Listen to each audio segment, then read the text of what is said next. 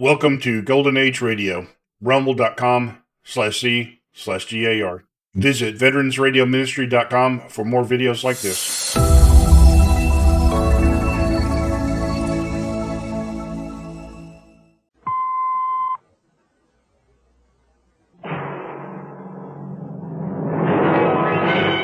The Mutual Broadcasting System presents The Zero Hour. Sponsored in part by Quaker State Motor Oil and National Presto Industries. This is The Zero Hour on Mutual Radio.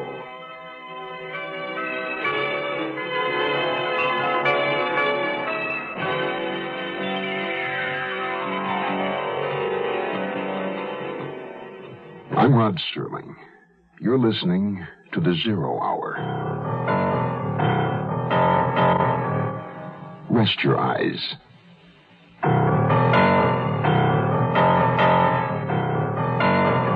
Exercise your imagination. This week, Bill S. Ballinger's best-selling novel, In the Pursuit of a Damned Couple. The wife of the red-haired man. Starring Patty Duke Aston, John Astin,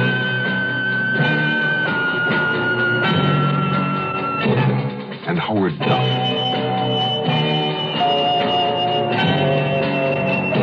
In Elliot Lewis's production of The Zero Hour.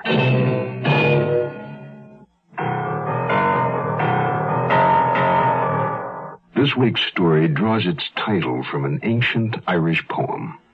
Here's the last verse. But the day of doom shall come, and the hills and harbors be rent. A mist shall fall on the sun, from the dark clouds heavily sent. The sea shall be dry, and the earth under mourning and ban. Then loud shall he cry for the wife of the red-haired man. It's the tale of the hunted and the hunter, the pursuer and the pursued, the stalking of life and death. Do you believe, as I do, that the hunter and his quarry build an empathy between them, a sympathy? As the chase builds toward the inevitable conclusion, is it possible that, subconsciously, they become aware of each other's moves, counter-moves, plans, even emotions? There are two individuals who will tell you that's so. The poet and the cop. Our story begins after this word. At 19, Jill Kinmont was one of America's top women skiers, till an accident on an icy slope left her paralyzed. Now, 17 years later, she's a teacher, a good teacher. I guess you can say I've overcome my handicap, but I couldn't have done it alone. I had family, friends, people who accepted me, believed in me, and helped me believe in myself. Yet there are millions of handicapped people in this country who aren't getting the acceptance they deserve because some people think that a handicapped person can't hold down a job, can't pay the rent, can't learn, can't be a human being. Well, unless you recognize that we are human beings with feelings, with skills, with a sense of responsibility, then you're adding a handicap we can't overcome. This public service message brought to you on behalf of the Department of Health, Education, and Welfare and the Advertising Council.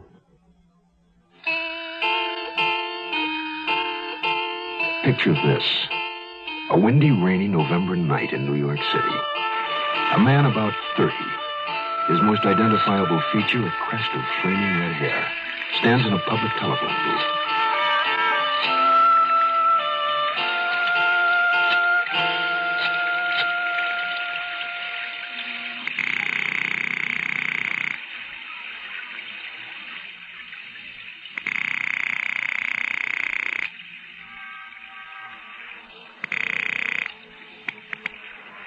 Hello? Hello? Mrs. Rohan? This is the Turner house. There's no one. Rohan? Did you say Rohan? Hello? Who is this?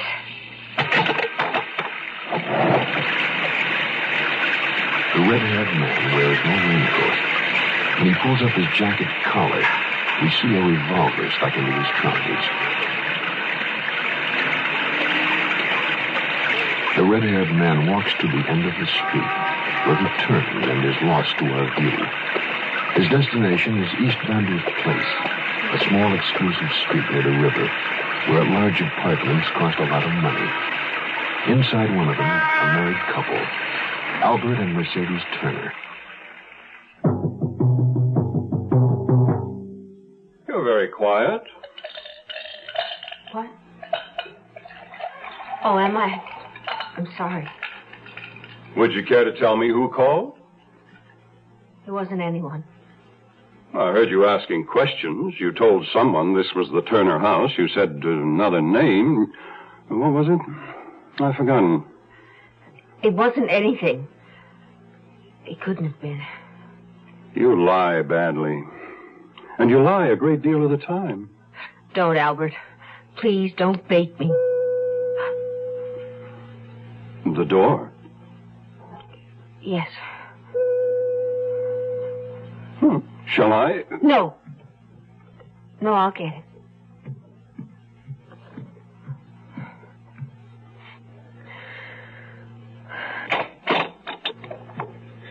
Hello, Mercy. Hugh. It is you.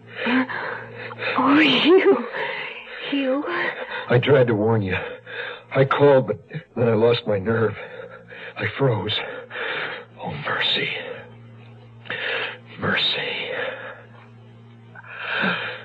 Mercedes? Who's at the door? Mercedes?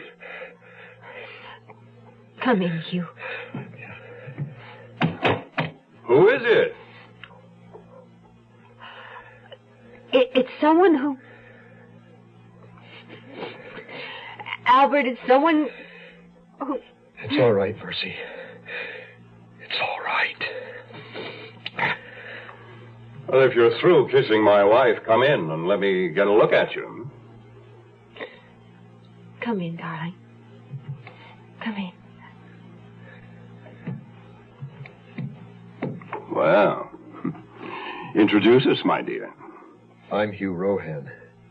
Am I supposed to know you? Mercy, didn't you tell... Hugh's my... I thought he'd been killed in Vietnam. Rohan. Oh, of course. That's the name you said on the phone. The last time I saw Mercy, she was my wife. Your wife? Mercedes, is that so? Yes. I was Hugh's wife. Long ago. Did you just forget to tell me, my dear? Slip your mind, did it? That you were already married when you jumped into my bed? Don't talk to her like... I wasn't married. I'd obtained an Enoch Arden decree. You divorced me? Well, then, at least you're not a bigamist. Whatever else you might be. Why, Mercy? Why did you do 7 years, Hugh. They said you were missing in action, presumed dead. I waited 7 years, darling. For a con. What? You waited 7 years for a convict. Missing in action? Don't make me laugh. Hugh, what does he mean? I mean he's a con. He has the stink of prison all over him. Haircut, prison-issue shoes. Unless he's anemic, he hasn't seen the sun all those 7 missing in action years. What's he talking about, Hugh? Put that phone down. Oh, my dear phony fellow, it's my duty as a public-spirited citizen to tell the police there's an escaped con in my living room. Put it down. If you come near me, I'll blow your head off. Put that gun away, Albert, please. Please, put the gun away. Operator.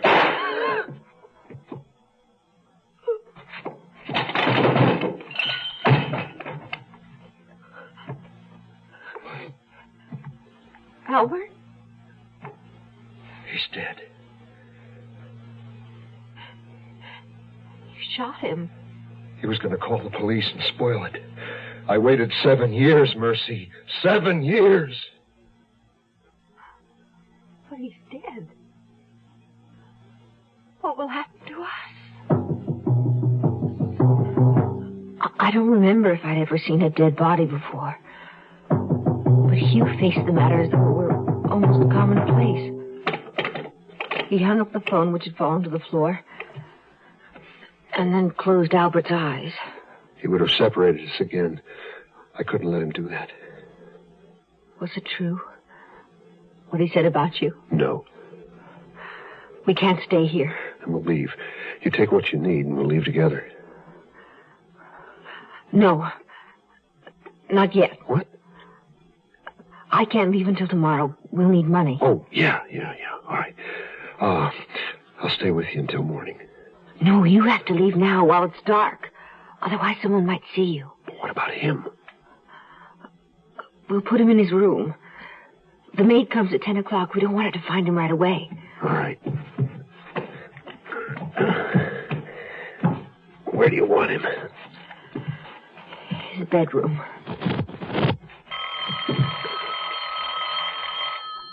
I'd better answer it. It might be the operator. Maybe she traced his call. Where's his bedroom? Through that door, the room on the right. Oh, if that's the operator, tell her everything's fine. We were playing a game and the phone fell off the table. Hello? Al? What? Al there? Albert? Did you want to talk to Albert?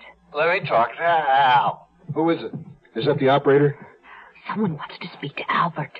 Not Albert, Al. What's the matter? Are you drunk? I want to talk to Alan. Alan Fox. My goodness, can't you understand a simple request?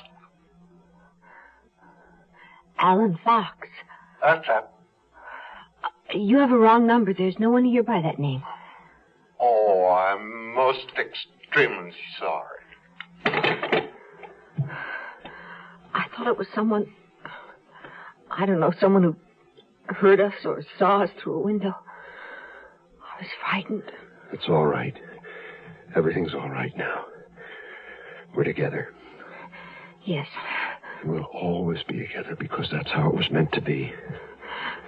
Go now, while it's dark. I'll get the money in the morning. Then come to the rooming house where I'm staying. Here's the address. I wrote it down so I wouldn't forget. All right. In the morning. Good night. Good night. Some gifts don't do anything, but Presto gifts do almost everything. Presto gifts, they do things for a woman. Give her the famous Presto pressure cooker. It'll cook a surprising number of things for her, surprisingly fast. 3 times faster than pots and pans. Presto gifts, they do things for a woman. Give her Presto's jumbo fry pan, big enough for a complete dinner for 8. And the handles are removable, so it's easy to clean and store. Presto gifts, they do things for a woman. Give her an easier way to broil. The brand new Presto vertical broiler broils both sides at once, then comes apart for easy cleaning. This year, give the gifts that do almost everything. Give Presto gifts. Presto gifts, they do things for a woman. We'll return to our story in a moment. Where does today's girl learn to be tomorrow's woman? At the movies? On television? Helen, darling, your floors are so shiny. Yes, John. I used Brand X polish just this morning. Brand X. Helen, will you marry me? Somewhere between the super sex symbol of today's commercialism and TV's Brand X image, impending womanhood is alive and well. And where is that somewhere? Wherever there are campfire girls.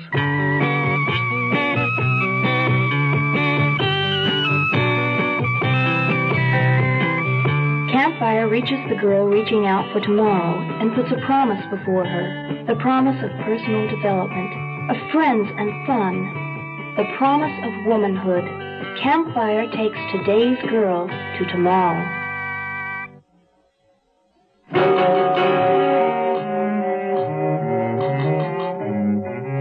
name is Williams, detective 19th Precinct. Not every detective working on a murder in New York City belongs to the homicide squad. A detective from the precinct where the killing occurs is also assigned to it. East Vanda's place is in the 19th, and therefore the report of Albert Turner's death came over our desk, and I went out on it.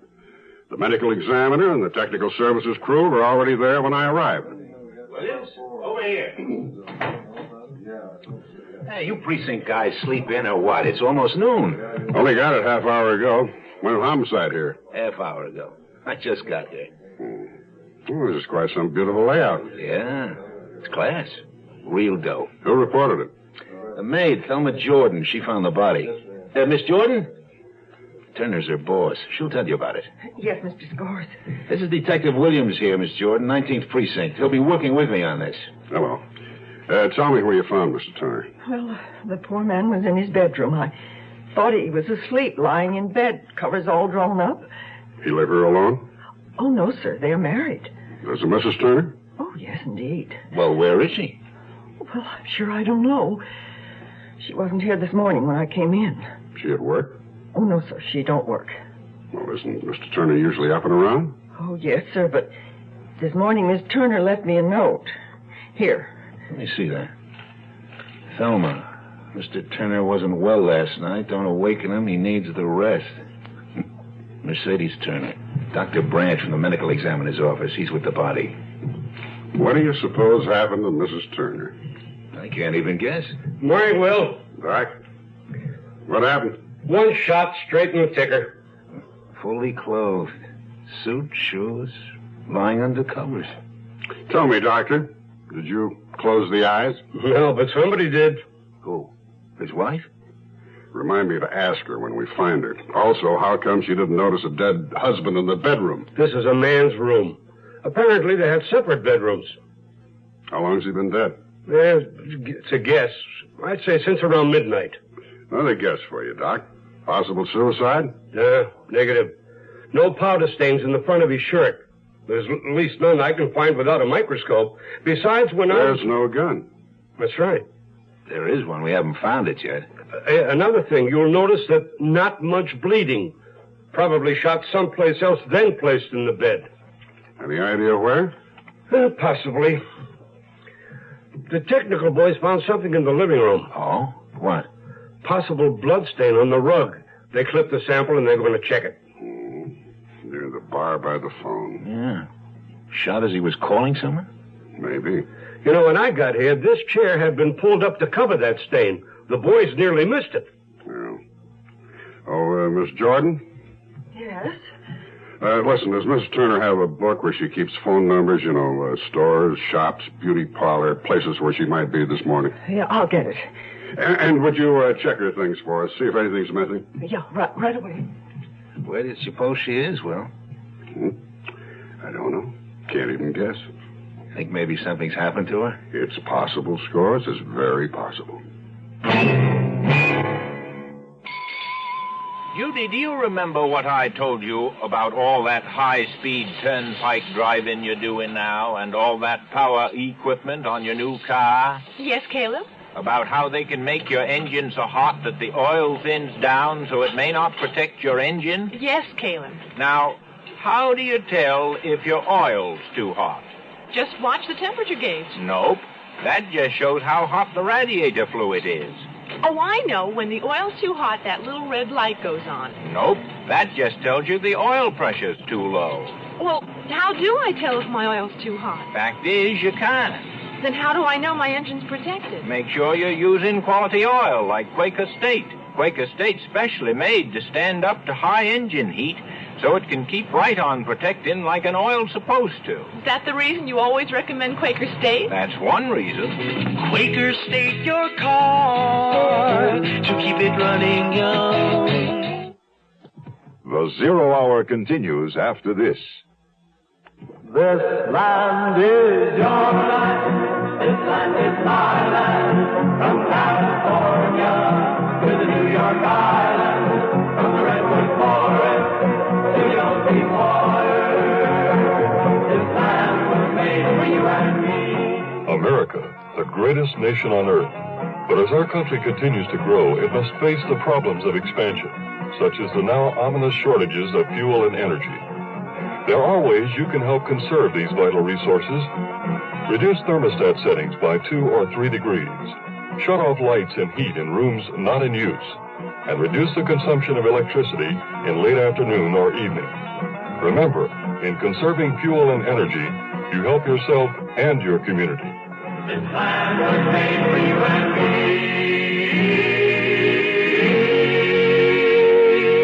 This public service message is presented by the President's Office of Emergency Preparedness and the Office of Consumer Affairs.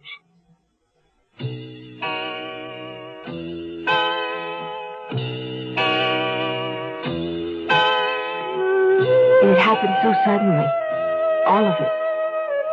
Hugh returned from the dead, holding me in his arms. Suddenly we were young again, and innocent. Then Albert began saying those terrible, threatening things. Of course Hugh had shot him. If I'd had a gun, I would have too. Hugh killed him for me, really. Now we had to get away. I couldn't sleep that night, alone in the apartment with Albert's body. In the morning, I gathered some clothes, including my fur coat, left a note for Thelma Jordan, the maid, and hurried to the bank. Mrs. Turner, good morning. How nice to see you. Good morning, Mr. Forrest. How may we serve you? Is Mr. Turner feeling well? Oh, yes, thank you. Would you cash this check for me? Yes, certainly. $4,500. Are you closing your account? Oh, I wouldn't dream of it. No. If you promise you won't tell Albert. Not a word. Well, I'm being terribly extravagant. I simply can't resist a lovely new car, and I promise to pay the difference in cash. And surprise Albert. Exactly. Of course. Oh, and while you're getting the cash, I promised Albert I'd bring him some papers he left in our safe deposit box. The money will be here when you get back. Thanks so much.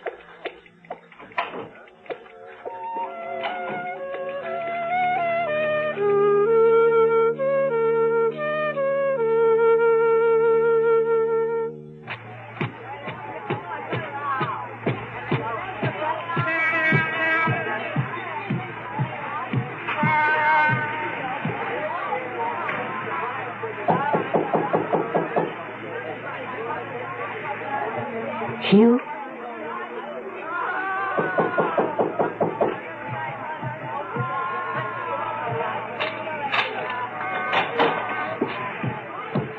Mercy?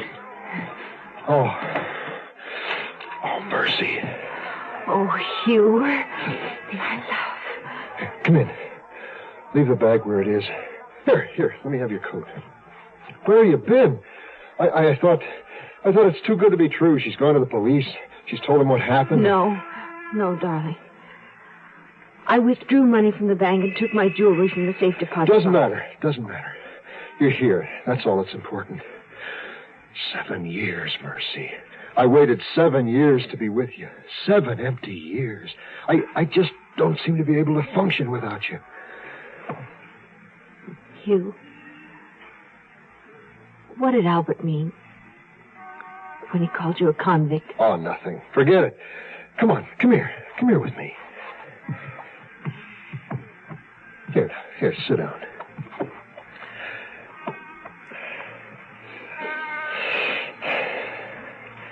Was it terrible? All those years? I told you, I'm not complete without you. Oh, Mercy. We can't stay here, darling. The police will be looking for us. I know. Hugh? Yeah. I felt the same way. Incomplete. All the while you were gone. You're all I've ever really had, my darling. You're everything that makes me warm and soft. Oh, Hugh. There's certain procedures you set in motion after a homicide. You look for the deceased's enemies. You question everyone who might know something about what happened at the time of the crime. time, you make sure the lab is checking fingerprints and possible blood stains, lost bits of hair, anything and everything. In my job, you're trying to solve a puzzle. When you first begin, there's nothing there. Yes, sir, I certainly will. Hey, who was that? The commissioner. Want to know what we have. They're asking questions upstate, you know. Well, tell me, Will. What has the 19th been able to come up with, and how long?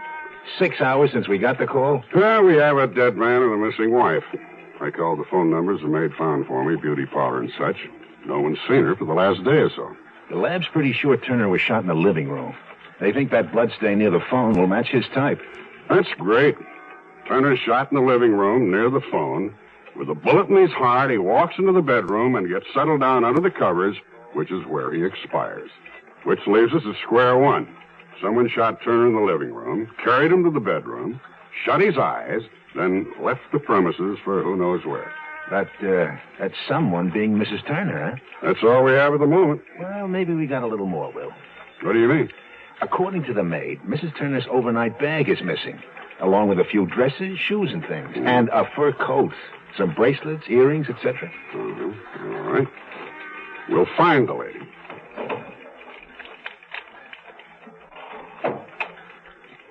Mrs. Mercedes Turner. Last seen when? Last night? Yeah, as far as we know. Carrying an overnight bag, wearing a fur coat. Let's see, height. You got a picture of her? From the apartment, you mean? Yeah, from the apartment. Every dummy in the world has snapshots. Weddings, picnics, holidays, trips, whatever. Not this lady. What? We tore that place apart, Will. There is no picture of her. We're putting out on all points for Mercedes Turner, and we don't have the faintest idea what she looks like.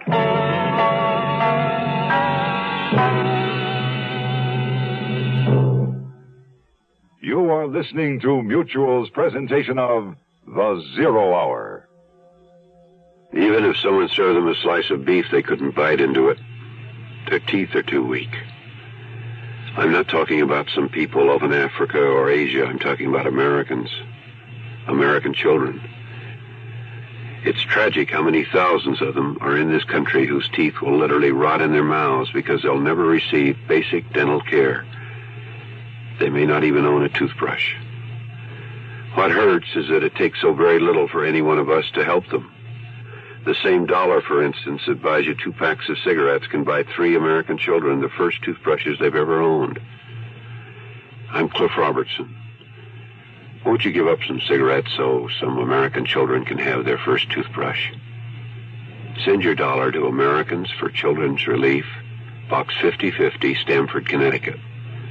Box 5050, Stamford, Connecticut. $1. And, of course, if you can afford more, give more. This land is your land. This land is my land. From California to the New York Island. From the Redwood Forest to the ocean water. This land was made for you and me. America, the greatest nation on earth. But as our country continues to grow, it must face the problems of expansion, such as the now ominous shortages of fuel and energy. There are ways you can help conserve these vital resources. Reduce thermostat settings by 2 or 3 degrees. Shut off lights and heat in rooms not in use. And reduce the consumption of electricity in late afternoon or evening. Remember, in conserving fuel and energy, you help yourself and your community. This land was made for you and me. This public service message is presented by the President's Office of Emergency Preparedness and the Office of Consumer Affairs. Tomorrow at this time, rest your eyes and listen here to this week's continuing study in suspense, The Wife of the Red-Haired Man. I'm Rod Serling. Welcome to Golden Age Radio, rumble.com/C/GAR. Visit veteransradioministry.com for more videos like this.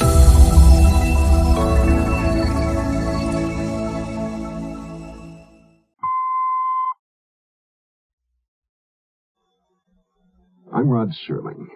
You're listening to The Zero Hour. Rest your eyes.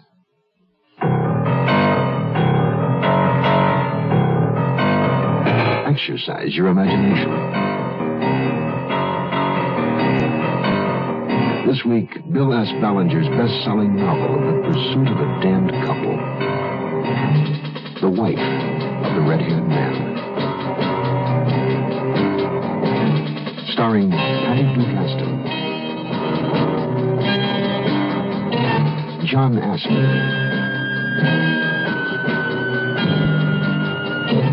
and Howard Duff.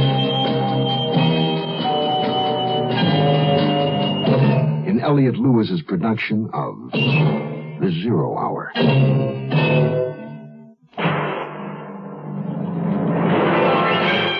The Mutual Broadcasting System presents The Zero Hour. Sponsored in part by the makers of Quaker State Motor Oil and National Presto Industries. This is The Zero Hour on Mutual Radio.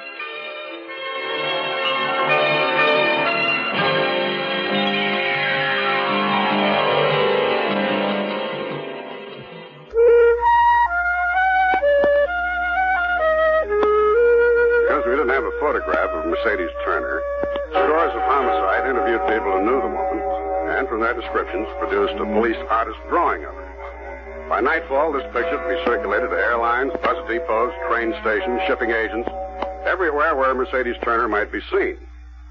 Meanwhile, I began to check into the missing woman's background, searching for some clue to her whereabouts.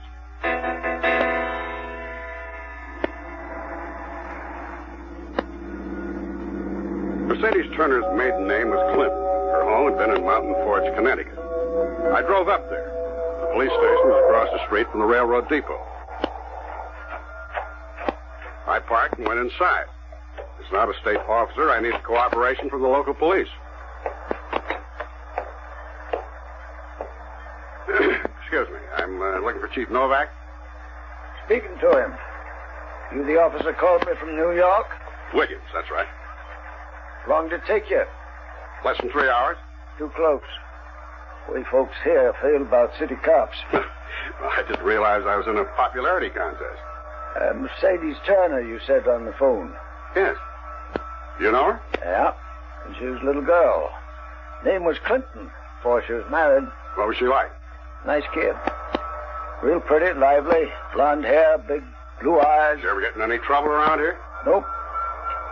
Caution her once in a while against speeding a mite too fast.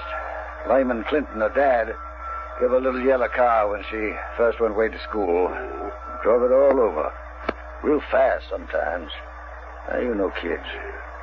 Clintons are pretty well off. Don't worry where the next meal's coming from. Old family in these parts? Tolerable. 4 or 5 generations. Was Mercedes an only child? Yeah. Light of Lyman's eye. Mighty proud of her. Maybe a mite too proud. How's that? I sort of always figured he knew what was best. Nothing good enough for her, in Lyman's view, regardless what she wanted. You believe she shot her own husband? I don't know. What's your opinion? If she wanted to bad enough, she might have. Except one thing don't line up what I know about Mercedes. What's that? Well, she was brung up proper. Knows right and wrong. And maybe she got mad in blazes. Even had good enough reason to shoot her husband. But if she did it, she'd take a medicine. She'd walk in, hand you the gun. Well, you'll see. You'll see what I mean when you meet her daddy.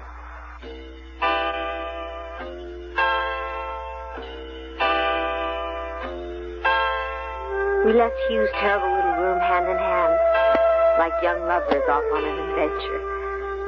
I knew we had to get out of the city, and so did Hugh. We took a bus across the river to Jersey City and got off on a bleak street lined with used car lots, garages, auto parts stores, crawling and sprawling beside one another. We bought an afternoon newspaper, ducked into a shabby little diner, and ordered coffee. Here it is, see? They found him. Yes. But they don't know about you. They're looking for a woman alone. They're looking for me. Mercy, after I left last night... I took every picture of myself I could find and Albert's gun and threw them away. Ah, that's good. Now, gotta get away from here. Where should we go? Anywhere. It doesn't matter. Just leave before they find out about me. Yes. I thought we'd buy a car. That's good. That's good. The police will expect you to take a plane or a bus or whatever. All right. Wait for me. I'll get a car. Be careful. Be very careful.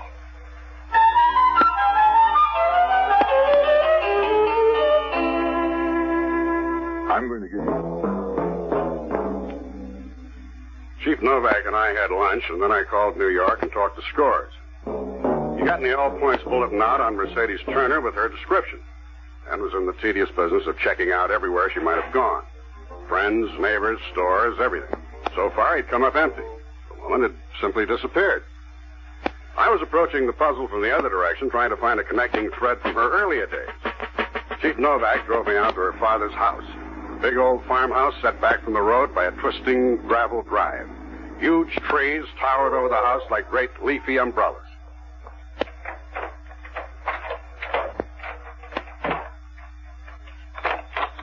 Come in. Lyman Clinton, the woman's father, was tall and thin, a bit stooped. He had a long, thin face with creases running from cheek to nose, snow-white hair. He led Novak and me into a study off the big living room. He motioned us to a couple of worn, shiny leather chairs and seated himself behind an old-fashioned roll-top desk. It was a genteel, patrician background for a woman I was beginning to suspect of murder. Chief Novak says you want to talk about my daughter. That's right, Mr. Clinton. Now, before we get started, if I did know anything, I doubt I'd tell you. Furthermore, I'll never believe she shot Albert Turner. Did she have any reason to shoot him? None I know about it. Anyone else want to shoot him? No. You hesitate. Just thinking. Would Mrs. Clinton have any information? Quite sure she wouldn't. Miss Clinton's gone now. Buried better than 5 years. I'm sorry, I didn't realize. When was the last time you saw your daughter? A couple of weeks ago. Dinner one night in the city. You see her often? My daughter and I are very close. Sometimes she comes up here, or else I go to New York. When did she marry Albert Turner? A little over a year ago. Do you have a picture of her? No. Not even a wedding picture? You heard me. I don't like pictures. Well, there's one over there. Mrs. Clinton? Yes. That's the exception. And if you had a picture of Mercedes, you wouldn't give it to me anyway, would you? Williams, think maybe we better move along. Mm-hmm. All right. Thanks for your time, Mr. Clinton.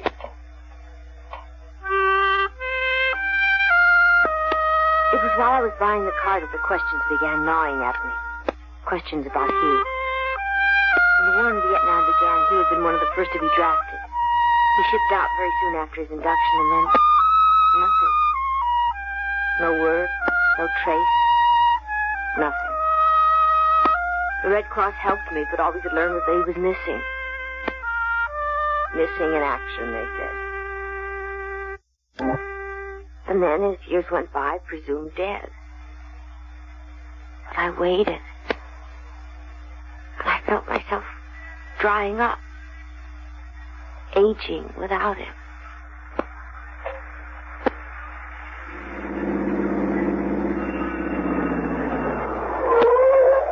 Is this the car? It's not bad. This is it. What names you use? Mrs. Walter Brewer, Trenton, New Jersey. Slide over. I'll drive. Do you have a license? You've been away a long time. Yours isn't good now either. Has your right name on it. What's the difference? If we're stopped, that's it for both of us.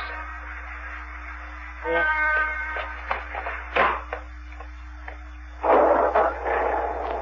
Nice to be driving a car again. I didn't think it would happen.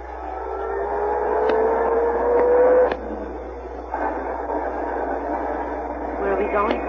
Away. Far, far away. You and me, Mercy. Just the way it used to be. Yes. Just the way it used to be.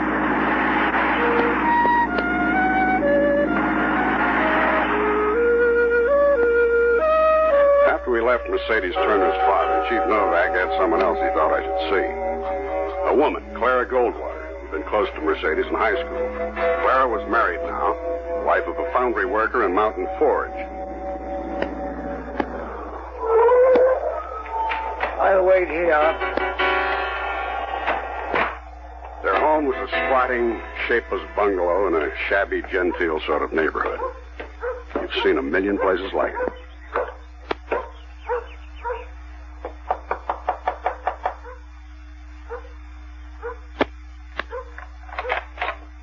Mrs. Battles? Yes? You used to be Clara Goldwater, a friend of Mercedes Clinton? Oh, yes? My name is Williams, New York Police.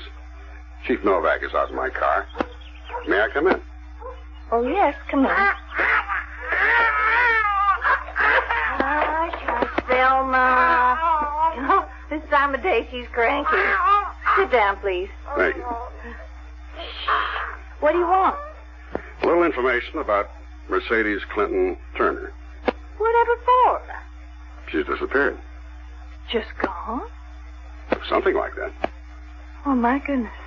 I know you're busy. This won't take long. When did you last see Mercedes? Oh, not in ages. Years. In high school. Then we sort of drifted apart. But you remember her well. Oh, yes. Such a beauty. Never say that about me. I was the plain one. But we were real close friends, at least for a while. And then she went her way and I went mine. Settled down here. You ever meet her husband? Albert Turner?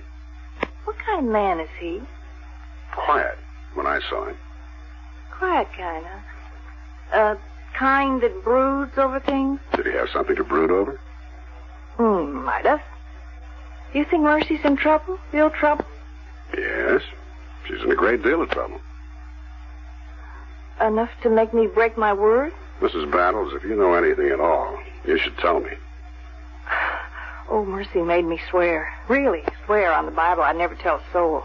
Even after Daddy found out about it and broke it up. Yes? Well, Mercy was married before. Did Albert Turner know that? Well, after it was over, after her daddy broke it up, Mercy wouldn't talk about it, not a word. So I don't suppose Albert Turner did know about it. How long ago did this happen? Oh, long, long ago, years ago, it seems. Back when the Vietnam War began, back then. They ran away to get married. I was supposed to be a witness, but I couldn't go at the last minute, and they went ahead, did it anyhow. Who was the man? Who'd she marry? A boy she met impressed her. Well, she was going to school there? Must have been so long ago. I remember he was poor. And they were both awful young and so much in love. They were going to keep it a secret. What was the boy's name? His last name was Rohan. Can't recall his first name. What a pretty picture they made. In what way? Well, she was so blonde, and he had red hair, flaming red hair, like he was on fire. This is Marvin Miller inviting you to be part of a historic event. On September 22nd, the Paramount plays again. The Paramount Theater of the Arts in Oakland has its benefit premiere, bringing together on one stage one name act after the other, featuring music, dance, and comedy. Tickets for this benefit premiere on September 22nd will range from $25 to $250. For reservations, phone 452-4167. That's the ticket.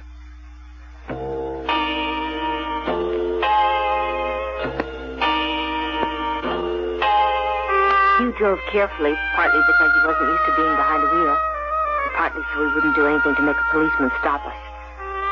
We drove south without even discussing why.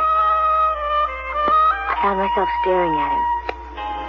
At the flaming red hair, the boyish face, tired now, worn.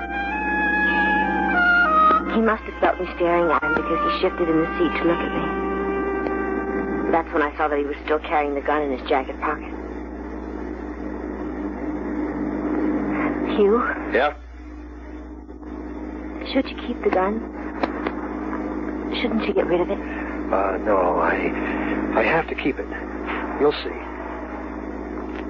See what? Well, if anything happens, if anyone tries to stop us, break us up, now that we've found each other again, I may need to use it. Because there's nothing in this world can take you away from me again. Hey, remember Rehoboth Beach? Yes, of course I remember. That's where we're going. A second honeymoon, Mercy. It's winter. Will anything be open? We don't need more than a room. And the police won't look for us there. All the police are watching for right now is a single woman. They don't know about the car, or the jersey plates in the car, or about me. We're going to have our second honeymoon, Mercy.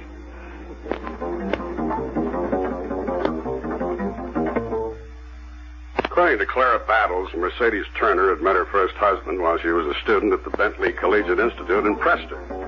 I drove up there and then called New York to tell Scores what I'd gotten. So she may not be alone, huh? She could be traveling with this red-haired guy, Rohan.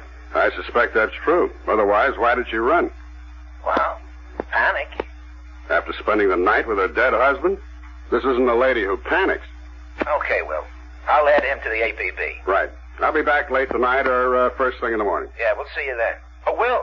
Yeah. Hold up a minute. Something just came in. Hey, what do you know?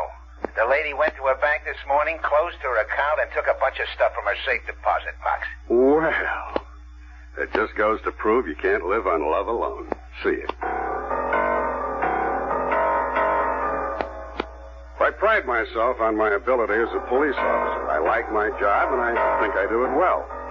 I've learned in the years I've been at it that a good cop gets a fix on a suspect, begins to empathize with the suspect, and pretty soon it's as though the person you're looking for was carrying a homing device. You begin to zero in on him. I began to get a feeling about the red-haired man.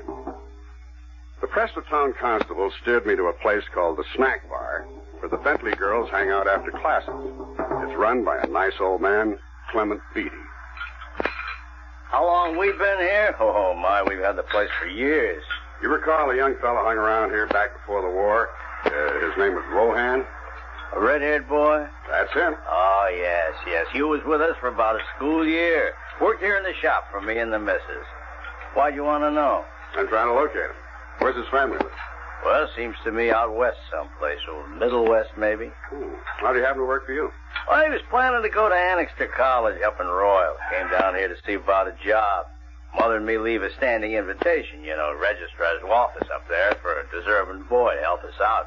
Why was he so far from home? He wanted to be a doctor, and Annixter's one of the best pre-med schools in the country, Yeah.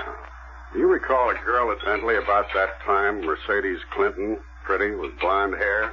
She was very close to you. Oh, yeah, sure. Was that her name, Mercedes? Oh, sure. Yeah, after Hugh closed the shop, the two of them used to sit back there and talk till all hours. Well, young kids in love. Yeah, I recall one night I was cleaning up in the kitchen, couldn't help overhearing them. They were making plans, for the future, how he was going to be a doctor. They were going to have a family. How did it all come out? Not very well, I'm afraid.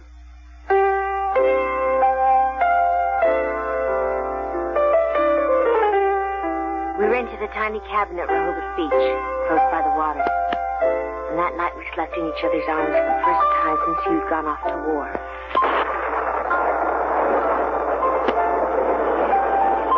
I was awakened later. I don't know what time it was. By the sound of a sudden storm. And lying there, I was aware that Hugh was also awake. Mercy? Yes, dear. Why'd you marry Turner? Did you love him? No. Not ever. I married him because... I don't know. You didn't love him? Never. In fact, for the last few months, I've hated him. And wondered how to get away. But you married him. Yes, dear, I married him. Because there no longer was you, and all I wanted from life was to be protected. I didn't want love or pain anymore.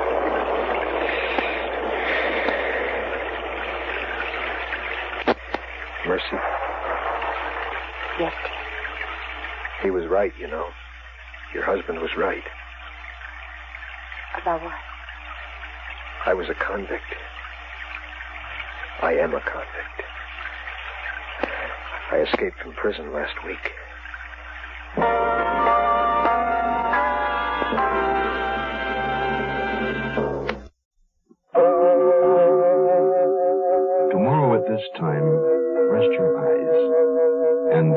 here to this week's continuing study in suspense, the wife of the red-haired man. I'm Rod Serling. Today's episode brought to you in part by Quaker State and Presto. This is the Zero Hour on Mutual Radio.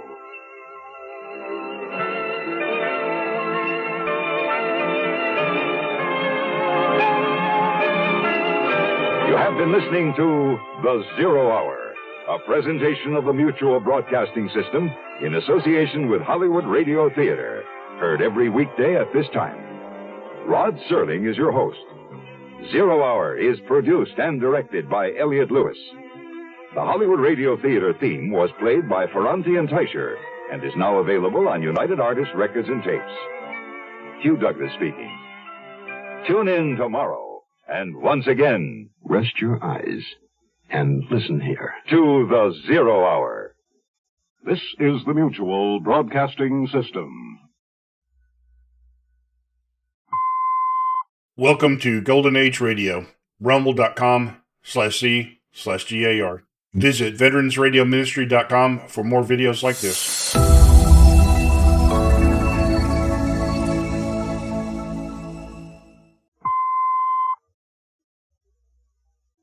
I'm Rod Serling. You're listening to The Zero Hour. Rest your eyes.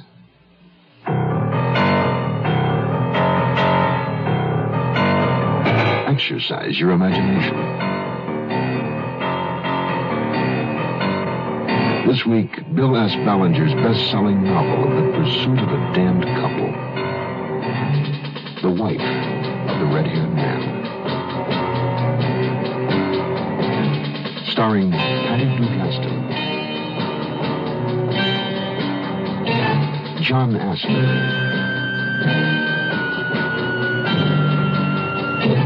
and Howard Duff.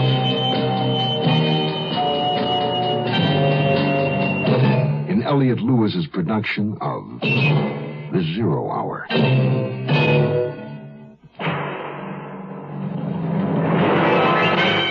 The Mutual Broadcasting System presents The Zero Hour. Sponsored in part by the makers of Quaker State Motor Oil and National Presto Industries. This is The Zero Hour on Mutual Radio.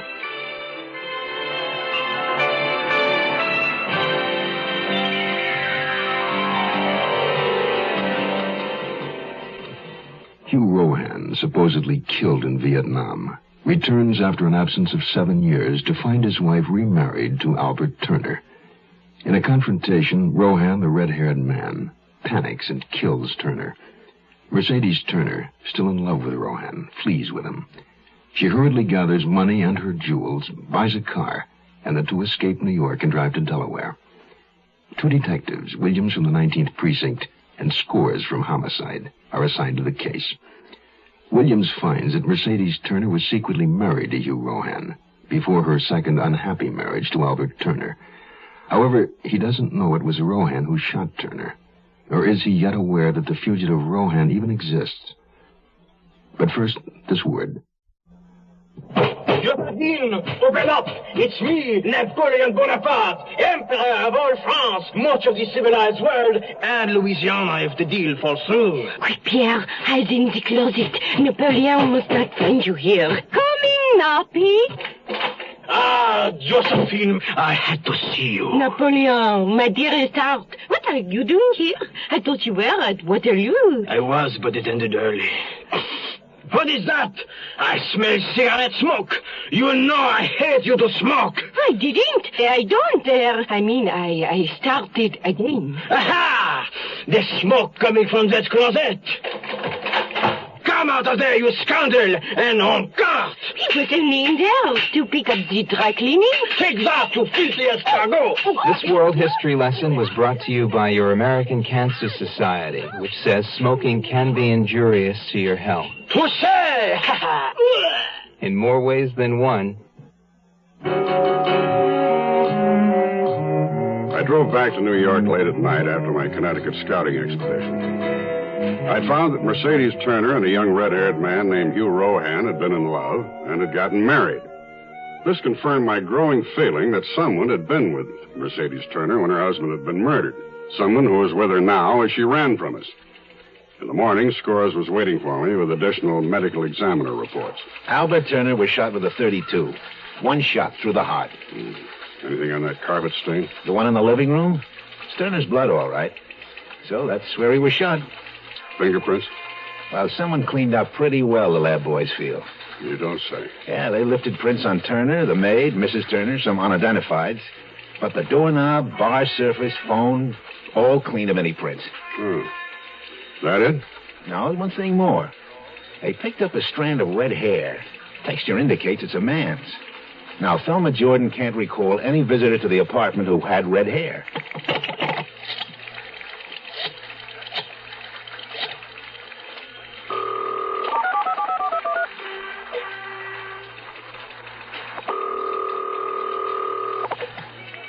Hello? Miss Battles? Yes?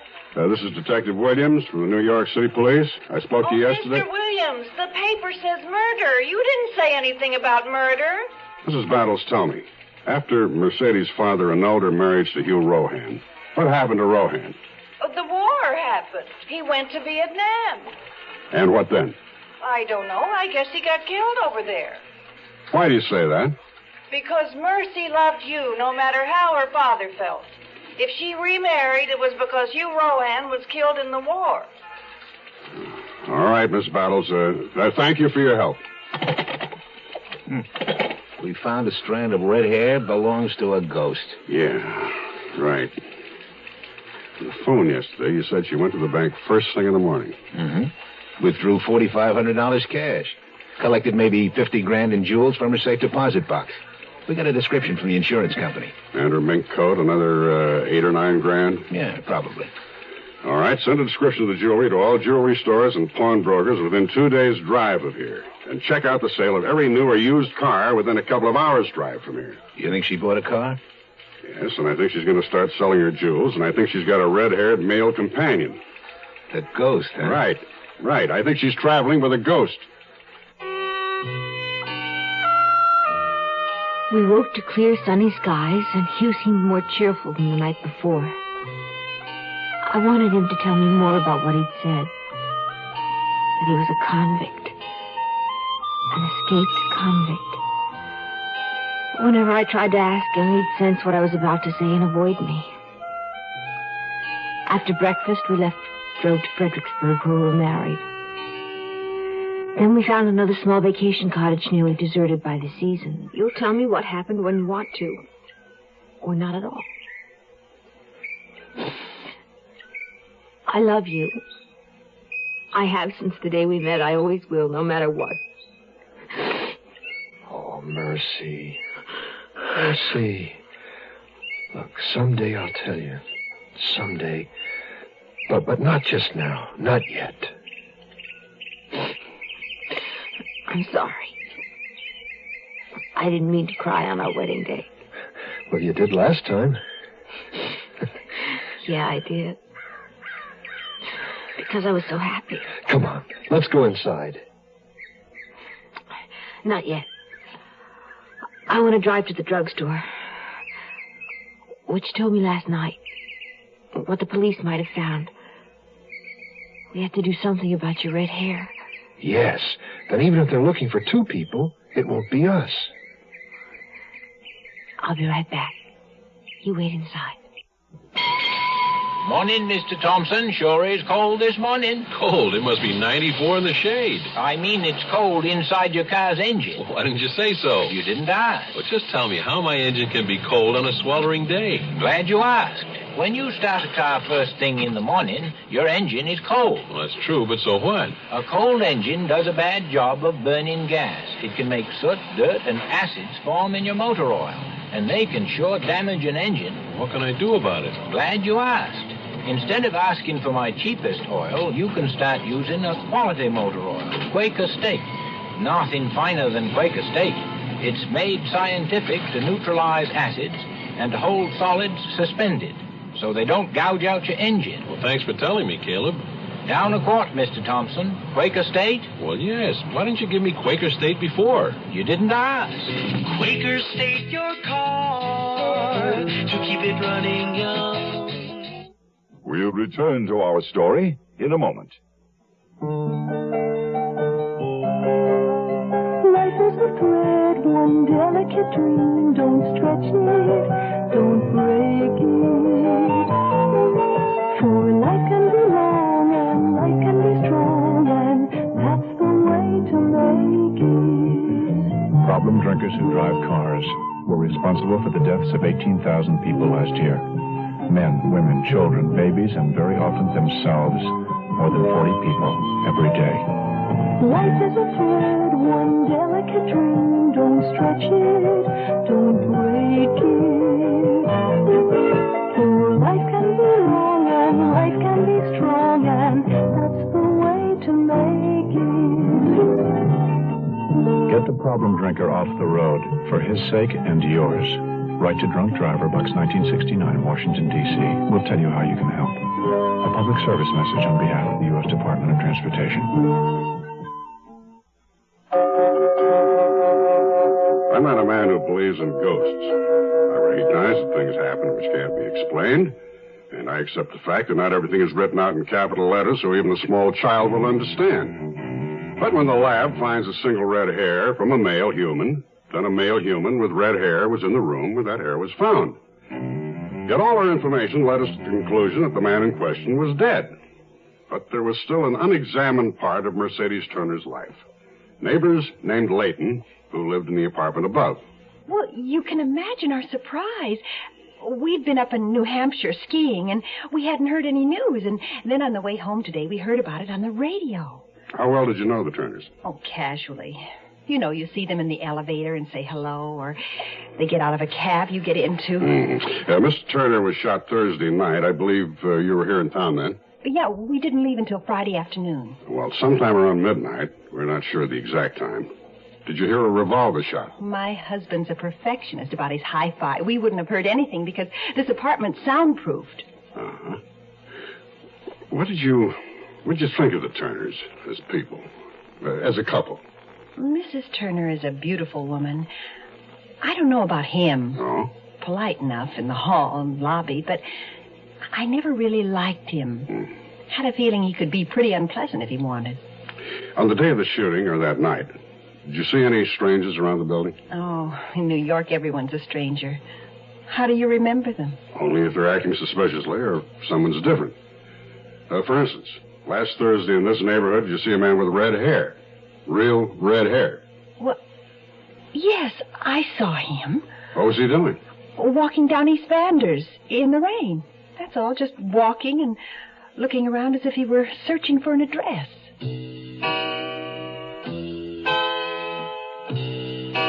Dyeing Hugh's hair brown changed his appearance remarkably. But very subtly, his attitude had also begun to change. Perhaps it was because my memories were of a younger, more innocent time, when the future was spread safely before us, ours for the taking. But by the time we left Fredericksburg, he'd become shifty, suspicious. I was driving. Where are we headed? Richmond, Virginia. Why didn't we stay where we were? What was wrong with Fredericksburg? We can't stay in one place too long, and we're too close to New York, and we need money. What's needing money got to do with driving to Richmond? I have to begin selling my jewelry, Hugh. I don't want to do it in the same town where we were married. You're smart. I worked, you know, while you were gone. I had a good job before I married Albert. I made decisions. I functioned on an executive level. Better being stuck with me, is that what you mean? No, that's not what I mean. I love you. You know that. You must know that. Why else are we together? We're going to stay together. I'll take care of anyone who comes between us again.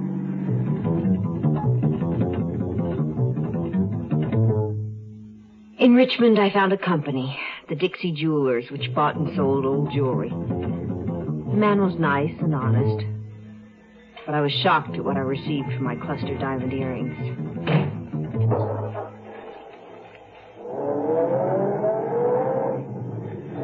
How much did you get? $600. They were insured for $3,500. Where are we going now? You decide. You tell me where you think we should go. Mexico? We can get into Mexico and live there together. They'd never find us. Do you speak Spanish? No. Well, I don't either. You'd be terribly conspicuous. Well, then you decide. You pick a place. Just so we're together, that's all I want. That's all that's ever mattered to me. Do you think everything's going to be all right? Why do you ask? Aren't you sure? I don't know. I'm no longer sure of anything. Those years and... all those years, they take it away from you.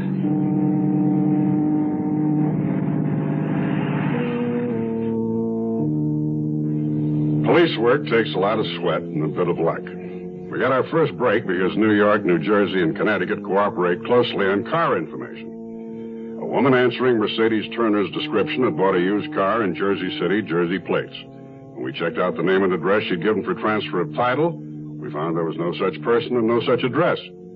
A teletype to the Delaware State Bridge Authority brought us further information. A trooper remembered the car because it was driven by a man with flaming red hair. The car had crossed the bridge at the end of the Jersey Turnpike. From there, it might have gone into Delaware, Maryland, or Virginia.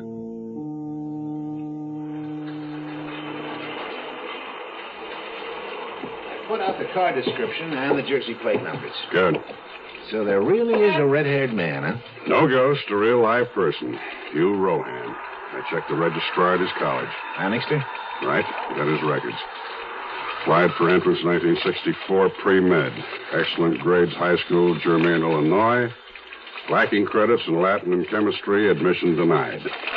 Which isn't unusual for students from small-town high schools. Well, how'd he make it up? Tutoring, usually. And that's what happened to Rohan, huh? No, didn't have the chance. Wasn't in school, so he was eligible for the draft. Oh, lousy. Instead of going to Annixter, Rohan went to Vietnam. Some gifts don't do anything, but Presto gifts do almost everything. Presto gifts, they do things for a woman. Give her the famous Presto pressure cooker. It'll cook a surprising number of things for her surprisingly fast. 3 times faster than pots and pans. Presto gifts, they do things for a woman. Give her Presto's jumbo fry pan. Big enough for a complete dinner for 8. And the handles are removable, so it's easy to clean and store. Presto gifts, they do things for a woman. Give her an easier way to broil. The brand new Presto vertical broiler broils both sides at once, then comes apart for easy cleaning. This year, give the gifts that do almost everything. Give Presto gifts. Presto gifts, they do things for a woman. The Zero Hour continues after this.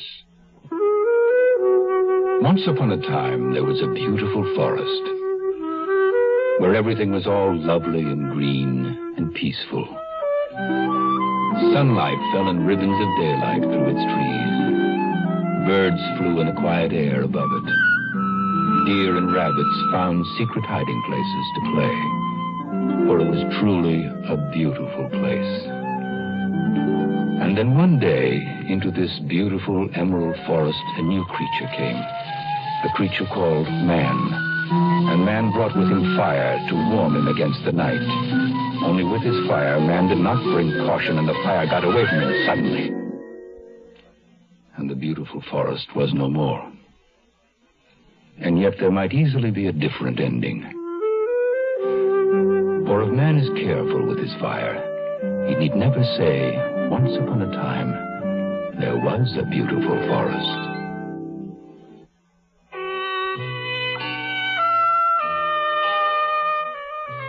We drove all day under a sky the color of gray worsted.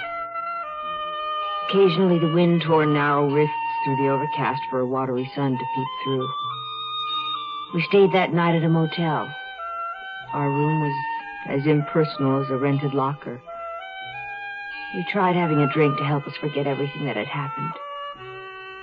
It didn't work. Are you sorry you came? No. I had to come. You can't be sorry for what had to be.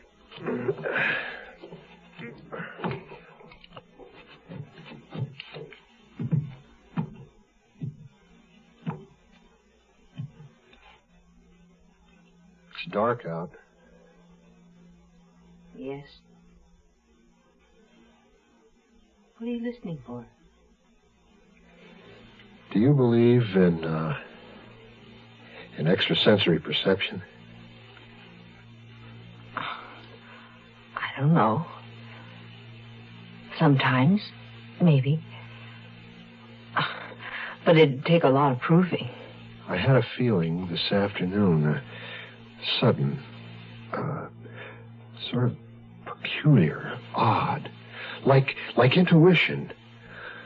A message said, the chase has started. They're looking for a couple. There's no way you can know that. Oh, yes. Yes, there is. The Cons used to talk about it. I didn't believe it. But I do now. No.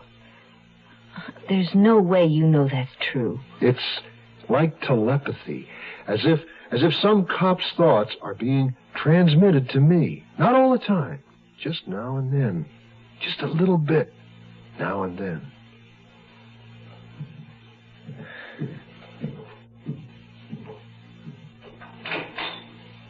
Where are you going? There's a car parked out there. Michigan plates. I'm going to get rid of our Jersey ones.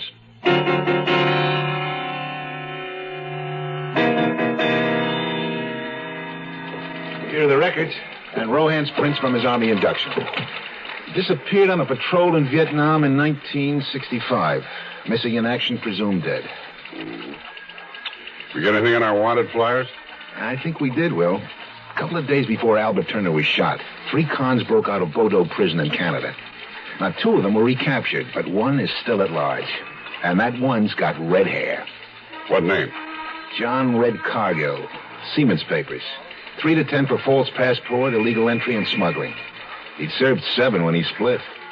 Cargill's prints match Rohan's. Picture of Cargill? Correspondence Bureau received a telephoto copy of him from Montreal. Right here. Yeah. It's funny. I knew he'd look like this. Good features, clean cut, sensitive mouth, eyes. I could see him in my mind. Yeah.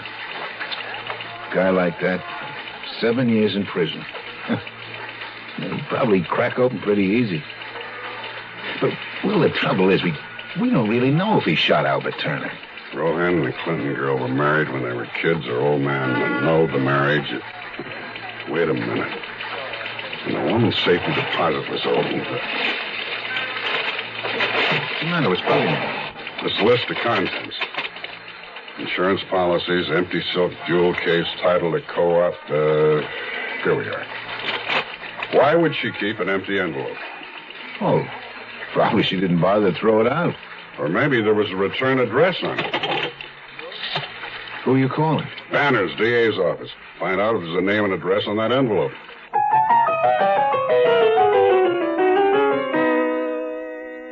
We didn't stop again until we reached Kansas City. We had run from the Atlantic to the Midlands. Hugh's mood varied from moment to moment. Sometimes he was cheerful and optimistic, and I had hopes, against my better sense, that perhaps something would work out for us.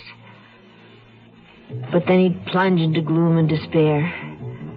And try as I might, I could see no future for us except to run until we were caught. Perhaps he felt the same way in that tiny Kansas City hotel room. Oh, Hugh, please put that gun away. I need it. Reminds me of prison. What I may need to do so I don't go back there. You have to get rid of it. It's direct evidence. I won't let matters get that far. Why did you marry Turner? I told you why. You were gone so long.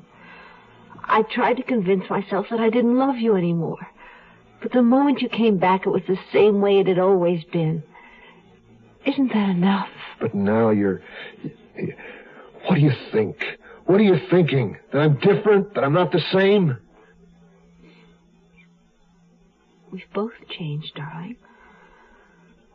I no longer know what you think or feel either. Both of us together, possibly we can make one whole person.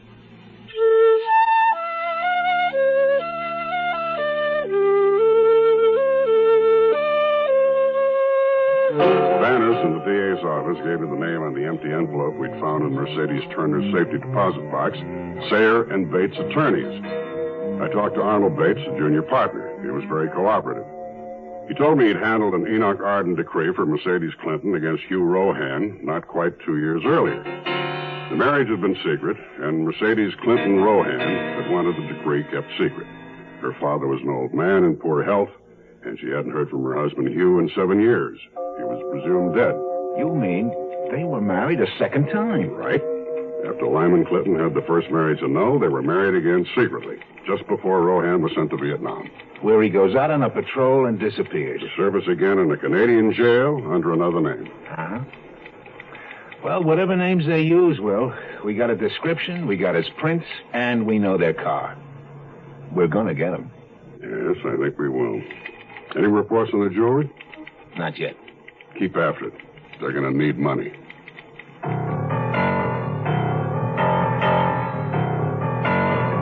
During the day. For tonight, the temperature for Kansas City and vicinity should dip to 39 degrees. It will be cloudy tomorrow with a chance of snow flurries. How long are we going to stay here? Oh, another day or so. Gotta move on. Get out of the country. We need money to do that. Hugh, don't the police get reports on pawned articles? Yeah. So I've heard. Instead of pawning my things, I'll run an ad in the paper and sell them myself. That's dangerous. No, I don't think so. Kansas City is a big place. The police won't pay any attention to a newspaper ad. And then we'll move on? Yes.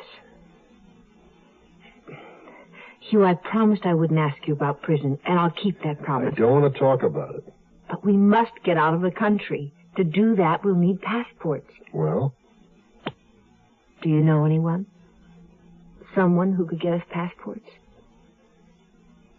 In prison, I knew... We have to leave the country. Yeah. Yeah.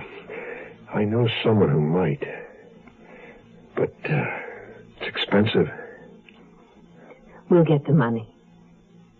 We have to buy passports. I think we've run as far as we can.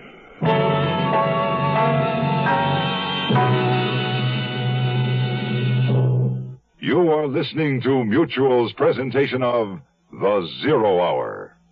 VISTA means Volunteers in Service to America. I started out as a business major in college. I graduated as a business major.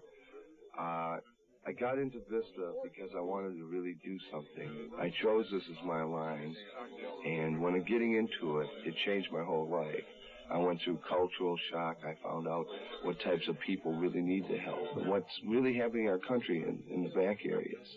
There is so much to be done, but I could say that if a person anywhere has an interest in doing something, there are programs for them. VISTA is one viable means, but there's so many ways of really getting involved with people. VISTA gave me my first start to work with the problems happening in this country and to really get down to earth and work with the people that need it. Volunteer for VISTA. VISTA is one part of action. Action is doing something. There is something you can do. Get into action.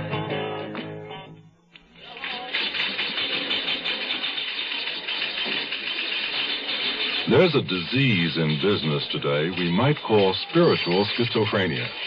You see it in individuals who apply one code of conduct in their personal affairs and a quite different one in business or government. The belief seems to be that we are less responsible as individuals when we make business decisions, that business has a different code. When you think about it, that doesn't make sense. Profits are not the only gauge of business success. Business doesn't change the priority of values.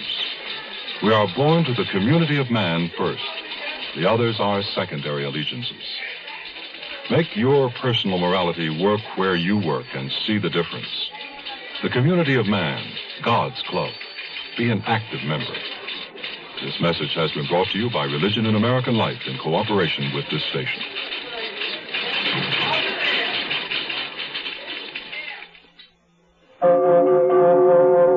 Tomorrow at this time, rest your eyes and listen here to this week's continuing study in suspense, The Wife of the Red-Haired Man. I'm Rod Serling. Today's episode brought to you in part by Quaker State Motor Oil and National Presto Industries. This is the Zero Hour on Mutual Radio.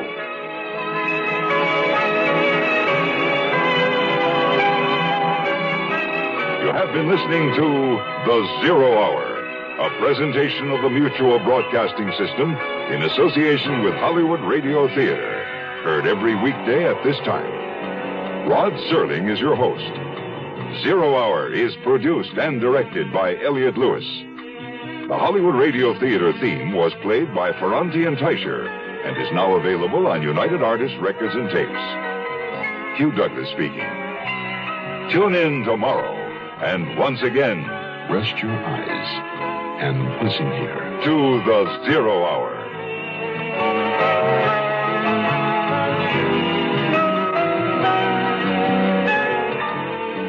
This is the Mutual Broadcasting System.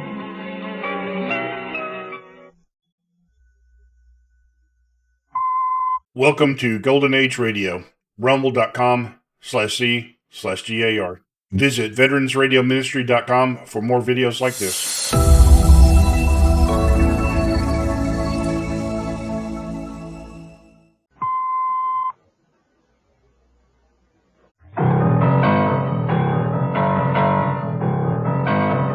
Exercise your imagination.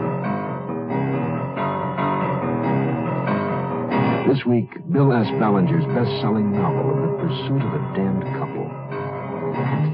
The Wife of the Red-Haired Man. Starring Patty Duke-Aston,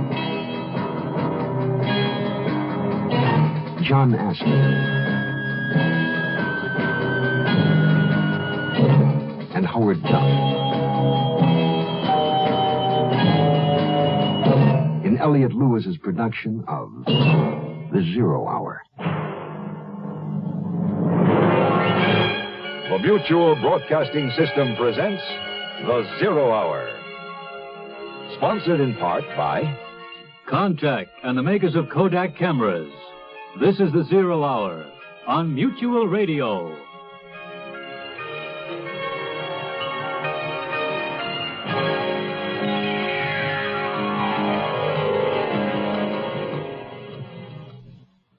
Hugh Rohan has returned after having been missing for 7 years to find his wife Mercedes married to Albert Turner. In a confrontation, Rohan panics and kills Turner. Mercedes, still in love with the red-haired man, flees with him, paying for their escape by selling her jewels. As their flight continues, Rohan subtly changes, losing his assurance, his confidence, even much of his ability to make decisions. Assigned to the case are 2 New York City detectives, Scores of homicide, and Williams of the 19th Precinct. They have been painstakingly putting together the puzzle of Albert Turner's murder by tracing Mercedes Turner and Hugh Rohan's earlier life. Their trail has taken them from New York to Connecticut to Virginia. But first, this word. I'm Lucille Maness, an unsuccessful big businesswoman, and I'd like to tell you a little bit about my unsuccessful business. Well, I was the co-founder of this women's book club, but we ran into a little trouble. We had all kinds of problems, so I called SCORE. That's the Service Corps of Retired Executives. They're retired executives who volunteer to help small businesses. I went over and discovered Lucille was in deep trouble. I made several simple business suggestions. I also strongly recommended the club seek incorporation with a well-established women's magazine until its membership increased sufficiently. Unfortunately, one of my associates really didn't like the idea of a man giving us advice, so she wrote herself a check with the remainder of what we had left in the treasury and took off. Well, Mr. Krause came back to help again. A man who knows how to solve problems likes to keep solving them. Volunteer for SCORE. SCORE is one part of action. Action is doing something. There is something you can do. Get into action.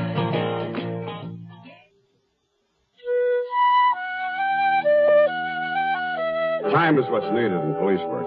Time for lab work, time to check out clues, time to find witnesses, time to get replies to the hundreds of flyers that are put out to locate stolen or missing property. 2 weeks after Albert Turner's murder, the Missing Property Bureau called me regarding a batch of jewelry bought by a New York wholesaler. One of the items was a pair of diamond cluster earrings sold to the New York outfit by a shop in Richmond, Virginia.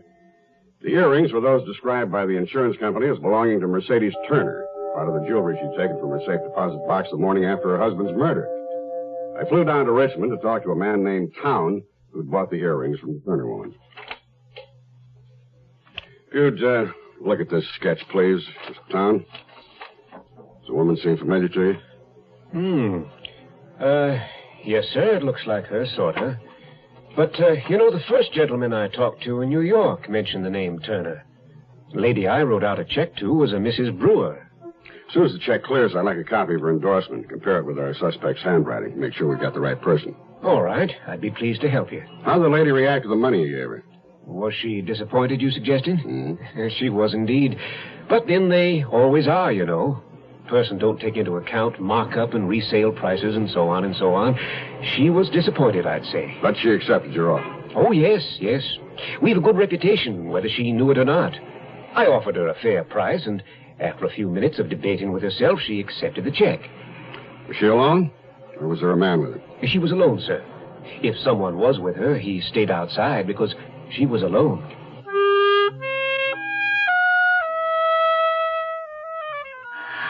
We stayed in Kansas City while I advertised that my jewelry and mink coat were for sale. Where Hugh had wanted to run, to move constantly. Now, without explanation, he changed and seemed content to stay. Not content, perhaps, but at least no longer argumentative. Then one evening, we were sitting in our room having a drink together, when suddenly he began to talk about what had happened. Stupid. You see, I always wanted to be a doctor. All my life. To help people. Not kill them. Well, you know war. You see things. There are things you have to do. Terrible things. Brutal, awful things. The Army reported you missing in action. Then, after a few years, they told me you were presumed dead. Well, what happened was, see, this one day, we were out on a search and destroy. I was on one flank, and it was all quiet and pretty. I remember a jet, a passenger jet, Air France, I think, flying overhead, filled with civilians going about their peaceful business. And what happened that day, honey? All hell broke loose. I don't know. They must have been waiting for us. I got separated. I couldn't find anyone. The air was black. Men screaming. Did you ever hear a man scream in pain? No. You see, it's not that I was yellow, but all that blood and terror, pain. I left there. I just wandered off. The Army didn't find you? No way. I was like an animal, crawling through the jungle, hiding, afraid for my life. Somehow, I don't know how, I got to the coast, to where the merchant ships were anchored, waiting to get into the harbor and unload. That's where I met Cargill, a merchant seaman on the job ashore, an old tanker. He told me he'd give me his papers and get me a berth on an outgoing freighter to Montreal, if I'd help him. Help him how? Well, he wanted me to deliver some uncut movies to a fence there. Do you understand? I didn't do it for money, not for anything, except to get away from there and get home to you. That's all I wanted. Do you understand? Yes, Hugh. Of course. But how... Exactly. How? That's where it all comes apart. I was caught before I made the delivery. Cargill hadn't given me a package of rubies. I was carrying heroin. Didn't you tell the police? No. I kept Cargill's papers and shut up. You see, I thought I'd serve my time and not tell anyone, not even you, till it was over. And then we could go away somewhere, and I'd take another name. I'd study medicine and be a doctor, the way I always wanted.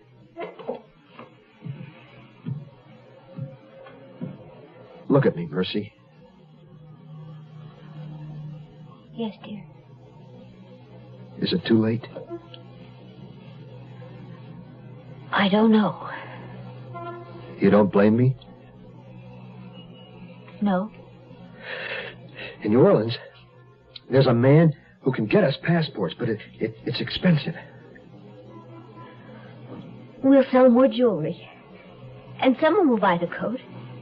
He's after us, you know. Who? A cop. I told you, I know when he's onto something. It's like the two of us are connected. Hugh, he may be after us. We don't know what they found out. I'm going to paint the car blue. And I'm going to get another set of plates. I'll be back.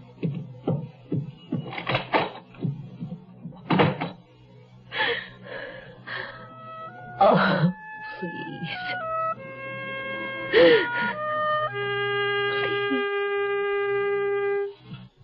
Give your hand to a friend. Give your heart to your love. But give your cold to contact. The sooner the better. Hey, I'm back. How's that cold? Rotten. Get the contact? I got everything. Contact, cold tablets, and this liquid. Oh, no. Honey, it's all cold medicine. Well, sure, but it only takes one contact for up to 12 hours continuous relief from sneezing, drips, congestion. For that, I'd need 6 of your cold tablets. 2 every 4 hours. Or 3 ounces of nighttime liquid. 1 every 4 hours. Or just 1 contact. The tiny Tide pills do it. Well, it's all cold medicine. Those others contain antipyretic analgesics. The liquid, antitussive, and alcohol. They're not in contact. 6 or 3 or 1. I choose the 1 contact. Me too. And I'm the one with the cold. Give it cold contact. The sooner the better. 6 or 3 or 1. When you catch a cold, take contact. Only as directed. We'll return to our story in a moment.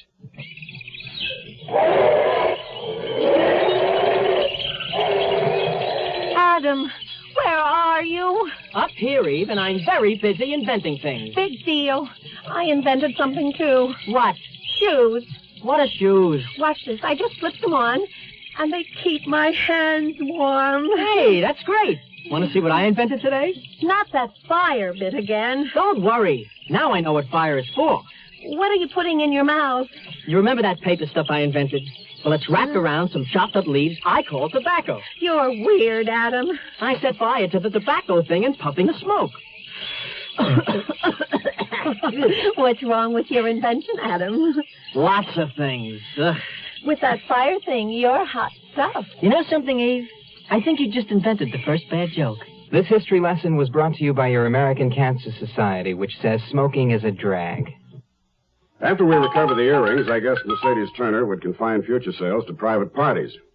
If she'd been as upset as the jeweler described her over not receiving a retail price for her merchandise, she'd advertise and take her chance on private buyer sales. That would also apply to her fur coat. One thing for sure, they were going to need all the money they could get their hands on to keep running. I judged they might have gone south from Richmond. I figured it was more likely they'd head west to get as far away as possible from New York. I arranged with the Bureau of Information to subscribe to a clipping service covering 18 cities. Places like Louisville, Kansas City, St. Louis, Oklahoma City, through the area where I figured they'd most likely be. We wanted to look in the personal columns of those local newspapers at items for sale. There was a 3-day lag before the first clippings arrived. Scores and I began wading through a box of the stuff. Oh, boy. Never realized so many people had so much stuff for sale. Wearing you down, huh? Well, it's beginning to, Will. Oh, look at this. Watches for sale. Also necklaces, bracelets, pendants, brooches, earrings. Anything your heart desires is from sale, from coast to coast. And this. Mink coat. Turner woman had a mink coat. No name or address in the air, just the Jefferson Hotel, Kansas City, room 1417, and the hotel phone number.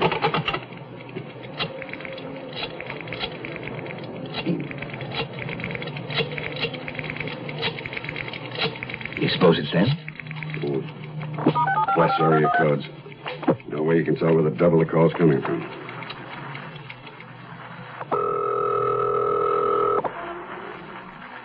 You're nervous, Will. Yep.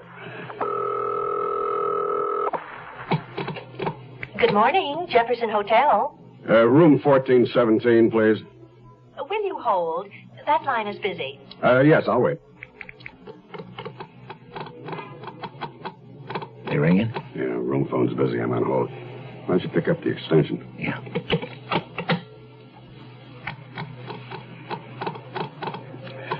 I can ring your party now. Thank you.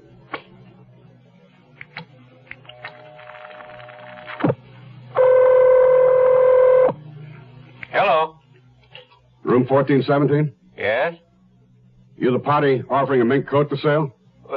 No. There was an ad last Sunday's newspaper advertising a fur coat for sale.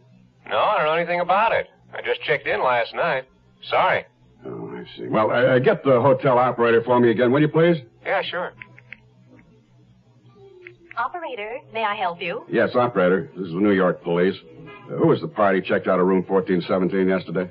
One moment, sir. I'll check that for you. You think it was them, huh? Almost sure.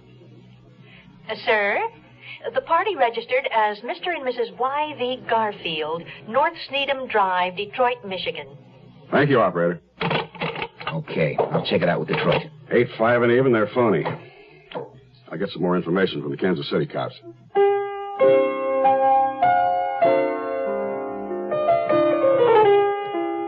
We stayed longer in Kansas City than we planned. We moved from hotel to hotel, running ads in the paper, and I sold off my jewelry piece by piece. Winter held Missouri in a bleak embrace. The city tried to cheer itself with holiday decorations, strings of lights and vivid displays from the plaza to the downtown area.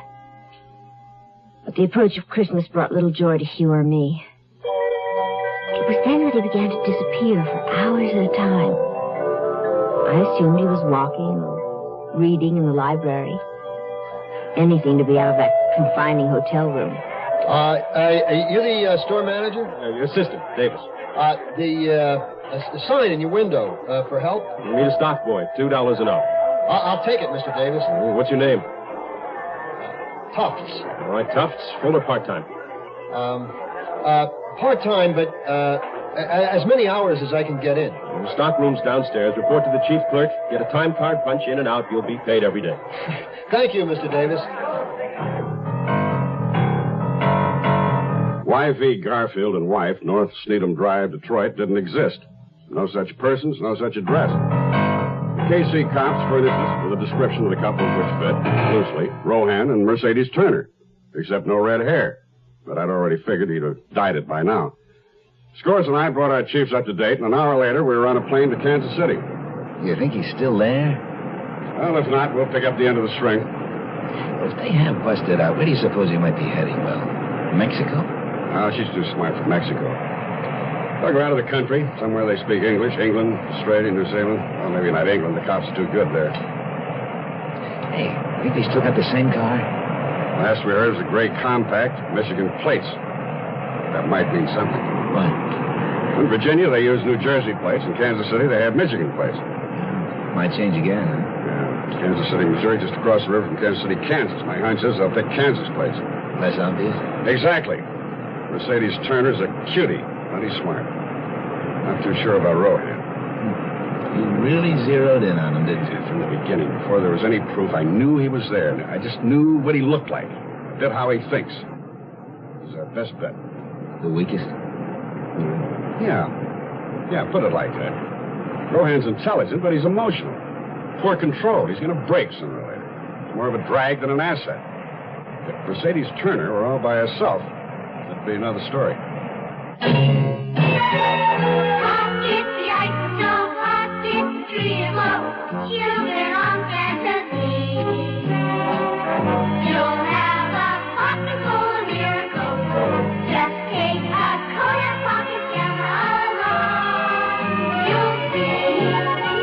The Kodak Pocket Instamatic camera is a miraculously little camera to take such big, sharp pictures. Take a pocket anywhere and everywhere your Christmas takes you.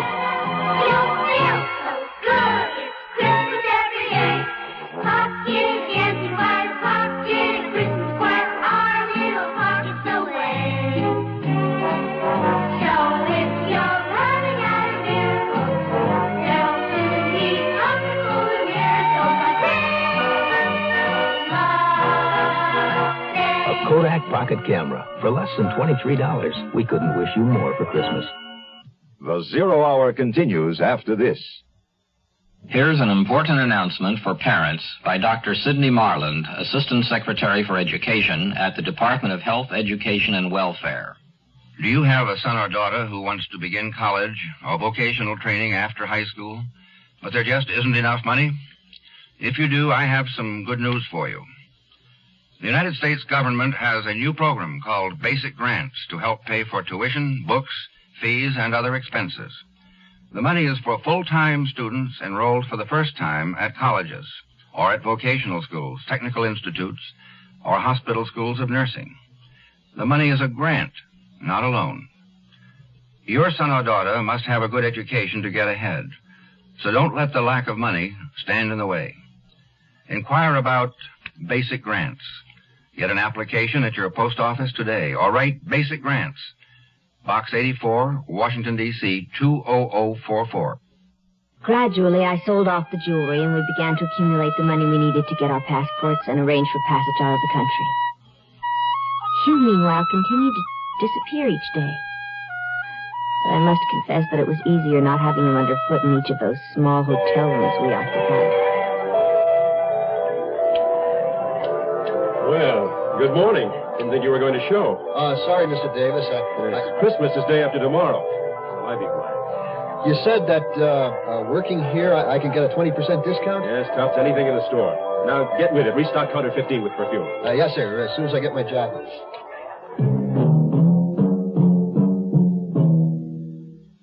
We arrived in Kansas City before noon. The local cops gave us plenty of cooperation. We started checking hotels, big and little, good and bad, a million of them.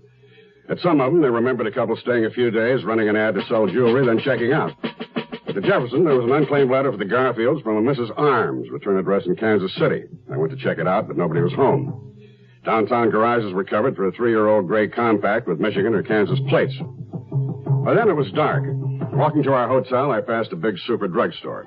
I needed some things, went in, walked back toward men's toiletries. Can I help you? Yes, I need a shaving kit and some blades. How about a new electric razor? Just blades, cream, aftershave.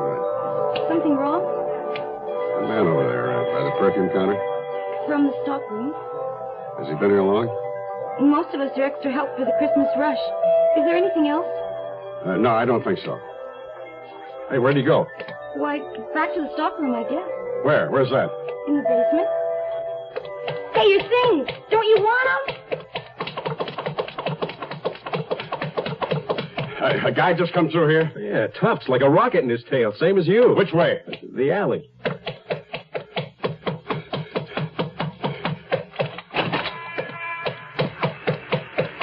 Rohan!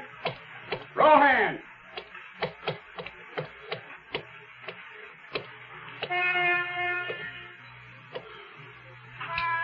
Lost him.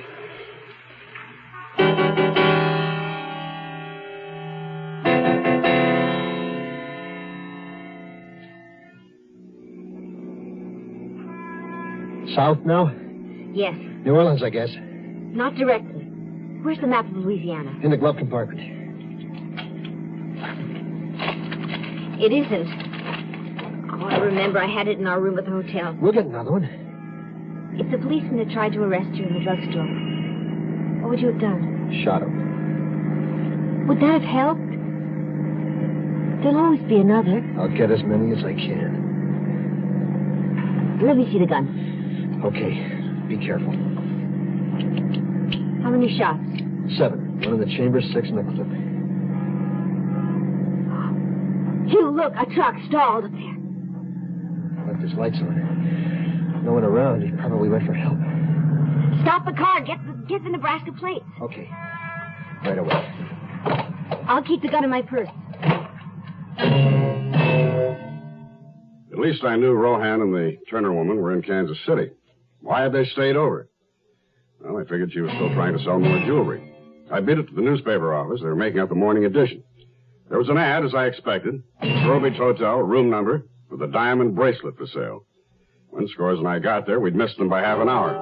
The local cops and the highway patrol sent out an all-points bulletin. Meanwhile, I went out to see Mrs. Arms, who wrote the unclaimed letter. She was at home now.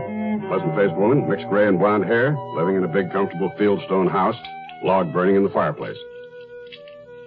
Why, yes, I went down to Mrs. Garfield's room at the hotel.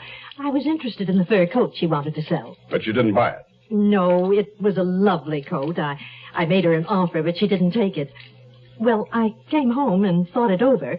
Later, I tried to call her, but there was no answer. So I dropped her a note offering more. Mrs. Arms, when you were in the hotel room, did you see anything unusual? No, nothing. Pieces of luggage, clothes, toilet articles on the dresser. Think. Please try to remember. It may not seem important, but anything other than personal items. Well, now, let me see. There was a writing desk, something on it, a red cover, blue and white letters, folded, a map. Of what, Mrs. Arms? What map? Let's see. Louisiana. That's it. Louisiana, New Orleans.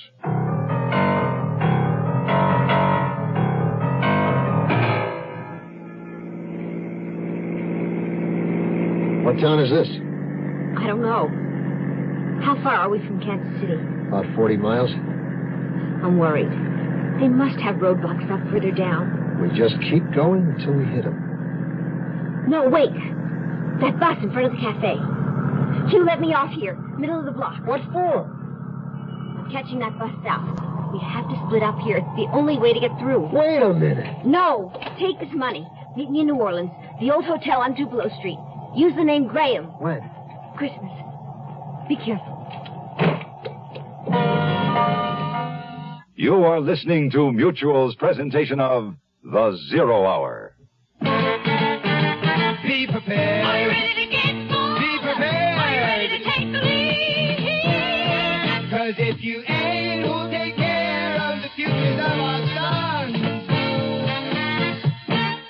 Well, let me ask you now, who's gonna tell them about the pusher man? Who's gonna show them how to clean the land? Who's gonna tell them why they shouldn't drop out? Who's gonna show them what it's all about? You know you can if you want to. You can if you want to right now.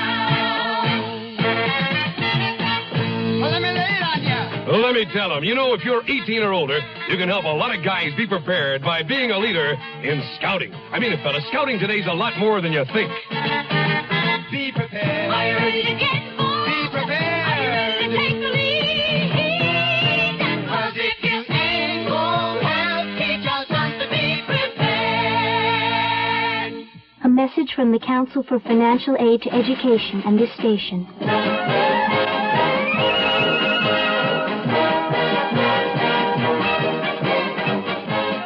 College students now march to a different drummer, and sometimes it seems to no drummer at all. But what matters most is that colleges continue educating. Students and their parents pay tuitions to make this possible, but the money they pay just doesn't go far enough. 2/3 of college costs must come from other sources, including contributions from friends of colleges. How can you be the friend of a college? You can believe that educating young people is the main thing, not whether they're singing football songs or folk songs. You can be willing to back up your belief with a gift, because colleges need money to march ahead. A lot of that money must come from people like you. Give to the college of your choice, now. Tomorrow at this time, rest your eyes and listen here to this week's continuing study in suspense, The Wife of the Red-Haired Man. I'm Rod Serling. Today's episode brought to you in part by Contact and the makers of Kodak cameras. This is The Zero Hour on Mutual Radio.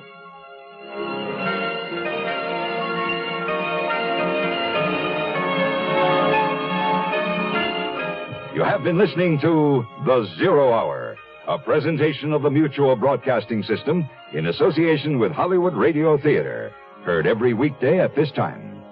Rod Serling is your host. Zero Hour is produced and directed by Elliott Lewis.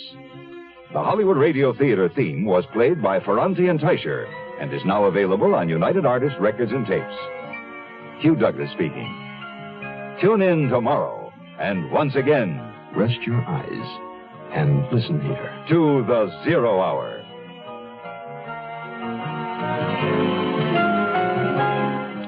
This is the Mutual Broadcasting System.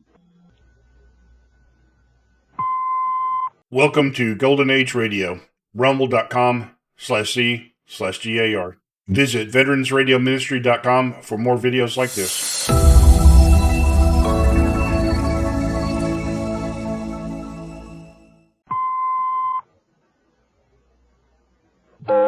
I'm Rod Serling. You're listening to The Zero Hour. Rest your eyes.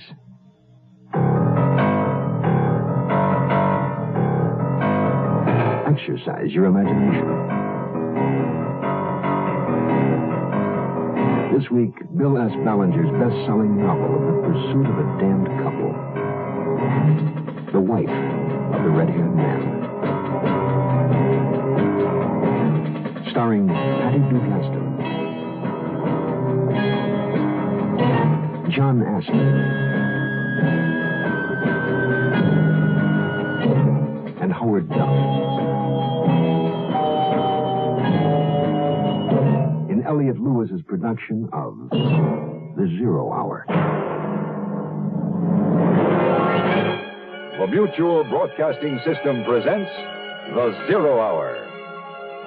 Sponsored in part by Quaker State Motor Oil, Alka-Seltzer, and Mem. This is The Zero Hour on Mutual Radio.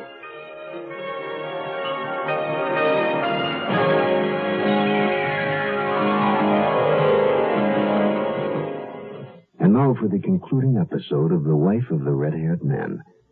After 7 years in prison, Hugh Rohan has returned to claim his wife, Mercedes. In a confrontation with her second husband, Albert Turner, Rohan panics and murders Turner. Out of her love for Rohan, Mercedes Turner collects her jewels and her fur coat, and together the lovers flee. After long weeks of painstaking work, they've traced the couple to Kansas City. But once again, Mercedes Turner and Hugh Rohan evade them by splitting up. She to take a bus to New Orleans, he to drive their car alone. But first, this word. I want to teach a lonely child to laugh more. I want to learn the pain of loving hard. To open my door and know my own soul. I want to be free. I want to be young, and I want to grow old. Emily is dead now. She died in her brother's car. He was driving, and he was drunk. I want to be here in the world when peace comes. I want to trust because I want to grow old. Stop driving drunk. Stop killing each other. Write to Drunk Driver, Department Y, Box 1969, Washington, D.C. for more information on drinking and driving. A public service message on behalf of the U.S. Department of Transportation.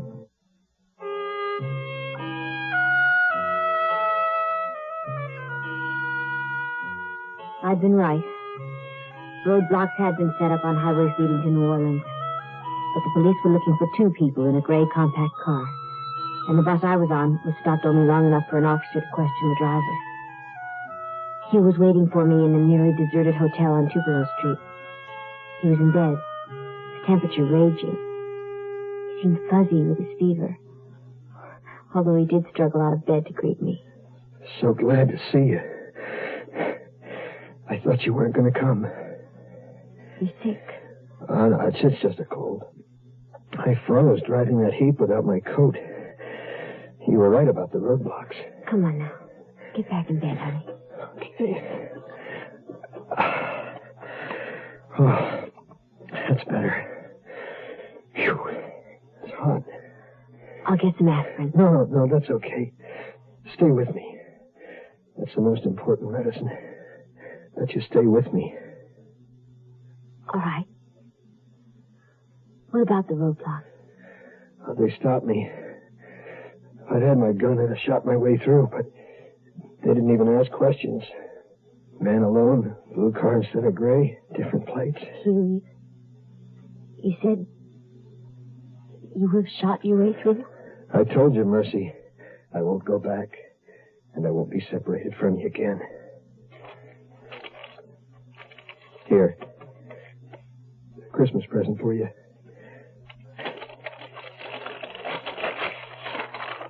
Perfume. My favorite perfume. You remembered. I can't ever forget anything about you.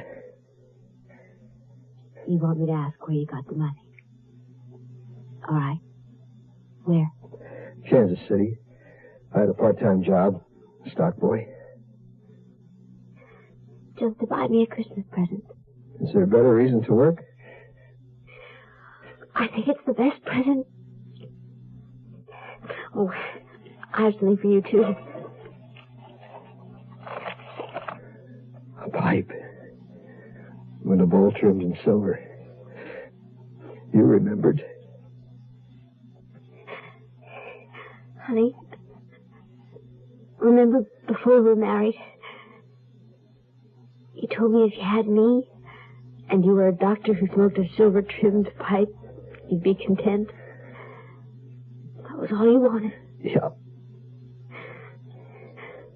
Merry Christmas, honey. You don't, please.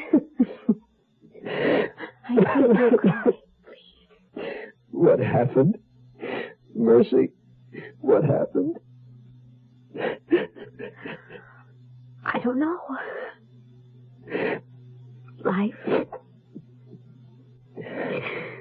Life happens. It's so unfair. Yeah. Mercy. You remember I told you that I knew what the cop was thinking? Do you remember? Yes. Well, we got through the roadblock, but he hasn't stopped. He's on to us. He knows what we're planning. Yeah, no, he's going to find me. And you know? Hugh, please. Please. When he finds me, I'm going to kill him. Rohan and the woman got through the roadblock somehow. They probably repainted the car and changed plates once again. Split up, perhaps. Only one of them was in the car when it passed the block. Stores and I went straight into New Orleans. I knew my man by then well enough to know that he needed a port city from which to escape the country. Oh, they'll ship out from here. Yeah. Well, they'll sure have a fantastic selection of ships. They're all covered. Every ship, boat, plane, bus, everything's covered. Well, you know, Will, you're assuming they're here in New Orleans. They're here. I'll tell you something else. They'll be looking for passage to an English-speaking country. Someplace where they won't be conspicuous. So? What's the game plan? We're here. We wait. They've got to move. They can't stay. And the moment they try to leave the city, we've got them. Murder one. Judy, do you remember what I told you about all that high-speed turnpike driving you're doing now and all that power equipment on your new car? Yes, Caleb? About how they can make your engine so hot that the oil thins down so it may not protect your engine? Yes, Caleb. Now, how do you tell if your oil's too hot? Just watch the temperature gauge. Nope. That just shows how hot the radiator fluid is.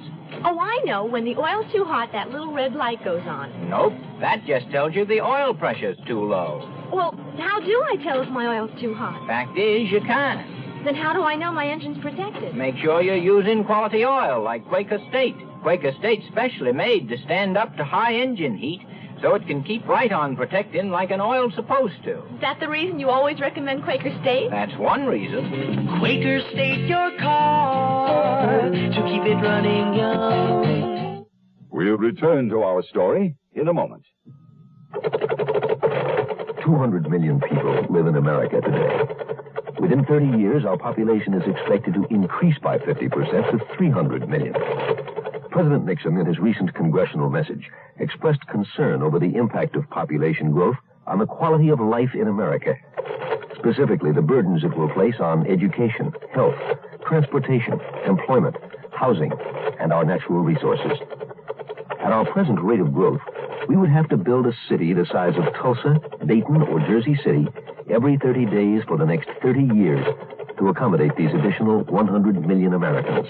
A Planned Parenthood study shows that our population growth can be slowed if voluntary family planning help is made available to every family that wants it. Planned Parenthood provides family planning help all over America right now. Overpopulation. It's everybody's problem. Support Planned Parenthood.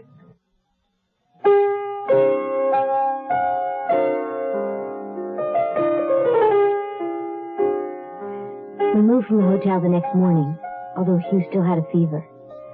I found an old rooming house, a private place the police would overlook. We were the only paying guests. It was a marvelous old home run by an ancient Southern lady who appeared too frail to keep up such a place. But she cleaned and cooked and tended her overgrown garden. And for 2 weeks, Hugh and I didn't stir from that house. Finally, of course, Hugh had to make contact with Bert Crossley, the convict he'd known in prison, the man who'd get us our passports. We were disappointed to find that Bert was back in prison. But he had a brother, Fritz, who owned a bar just outside the Vieux Carré, and might be able to help us. Hugh went to see him.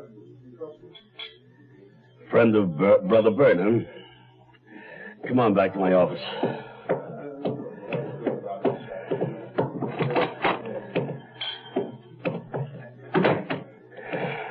What do you want? I served time with Bert in Bordeaux. I'm Red Cargill. Let's get rid of a question. You hot? Plenty. I and my wife want to get out of the country. With a lady along, that makes it rough. I can pay for it, rough or not. You have $5,000. That's what it'll take for 2 passports. I have it. Where do you want to go? Australia, New Zealand, any place you speak English. England? No, not England. Or Canada. Okay. Don't come back here again. Where can I reach you? At this number. That's where this stands. I don't know how long it'll take. But when I call you, be ready to move fast. And have the $5,000 ready. Agreed? Yes, agreed. Scores and I sat there for 3 weeks. There was no sign of Rohan or the woman. Hotels, nightclubs, planes, trains, buses, ships. All covered, not a trace. I wasn't worried yet. I knew Rohan was someplace in the city. I could feel it. Sometimes he seemed so near, I half expected to bump into him around the next corner. Scores, however, had a problem. I gotta get back, Will. Homicide bugging you? Well, the office is swamped. When are you leaving? Flight this afternoon. What about you? You gonna stay?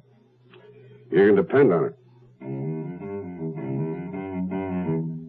We waited for Whit Crossley's call, afraid to leave the house for a minute. One of us must always be close to the phone, Hugh said.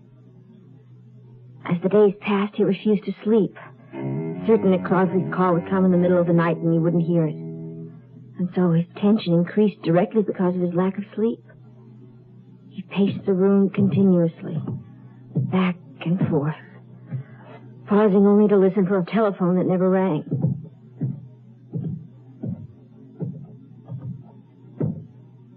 Please, honey, please lie down. Has that cop gotten to him? Is that what's happened? How could he? Because he knows what I'm doing. I told you that. I told you he knows everything I think, every move I make. Hugh. Hello? Cargill. Mercy, it's him. Listen. Yeah. Get down here right away. You're leaving in an hour. Just you. But my wife. Listen, no time to waste. Can't get you to Australia, but a ship I know. They're standing off. Gonna drop a crewman for an emergency operation. I can fix the captain. Where to? Ireland. You better take it. The ship's not berthed here, but I can get you aboard in the launch. She's got a day's call at Miami, and your wife can join you there. Mercy? Take it. That's a good idea. Okay, I'll be right down.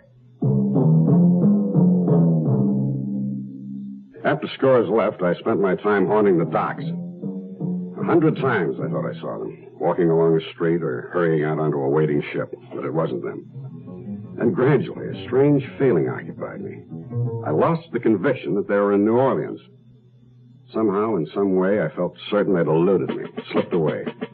But how? How had they accomplished it? I made one last circle, walking from pier to wharf, covering as much of the waterfront as I could. One last time. Then, tired and thirsty, I stopped in a small bar, a place where seamen hang out. I met a Jamaican, a wiper. Bought him a drink. Charles. Oh, need this drink, man. Just out of the infirmary, appendicitis. Rupture? That's rough. Captain had to set me ashore between Galveston and Miami. Nasty beat of business. What ship? Dermuid out of Sydney. Captain Lawson's master now. Now I need another berth. That shouldn't be too hard. No. I'm sorry I missed it, though. Sailing to Galway and Dublin.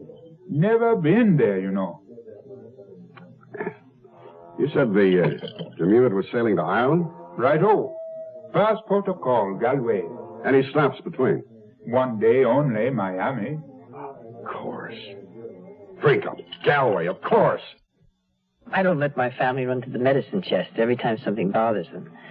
But if my husband, or one of the big ones, tells me his head hurts and his stomach feels upset, then I go get the Alka-Seltzer.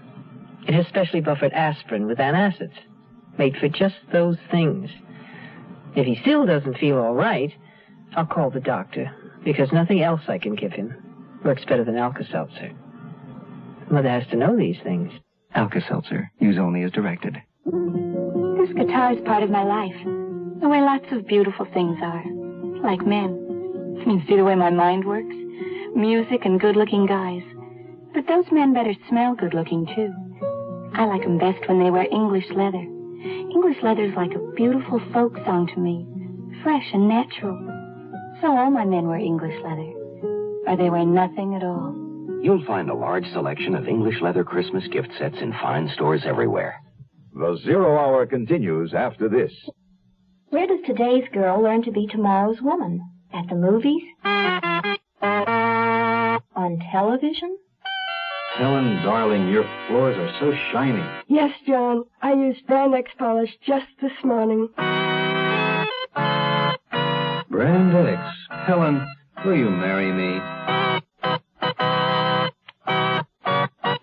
Somewhere between the super sex symbol of today's commercialism and TV's Brandex image, impending womanhood is alive and well. And where is that somewhere? Wherever there are campfire girls.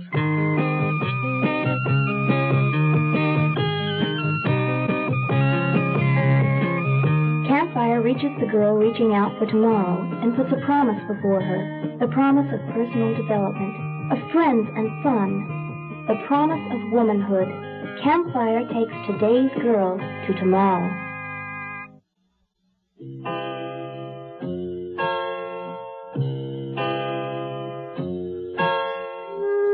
I drove alone from New Orleans to Miami, not daring to stop. The captain had arranged for me to be brought aboard, and soon I was with Hugh again.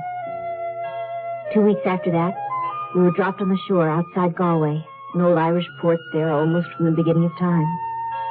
We drove from Connaught to Connemara, through hamlets with the names that fall from the lips like notes of music.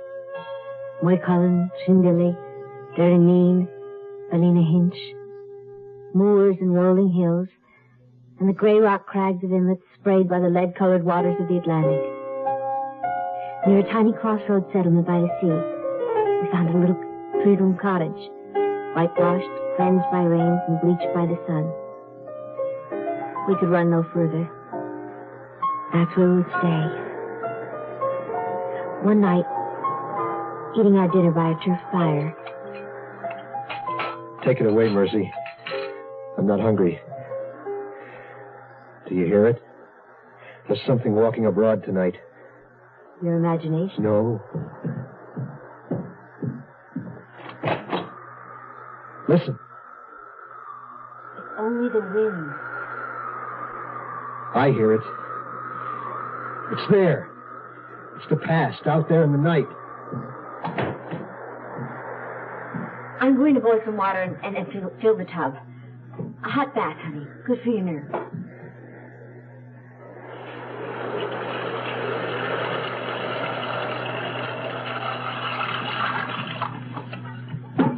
Come talk to me.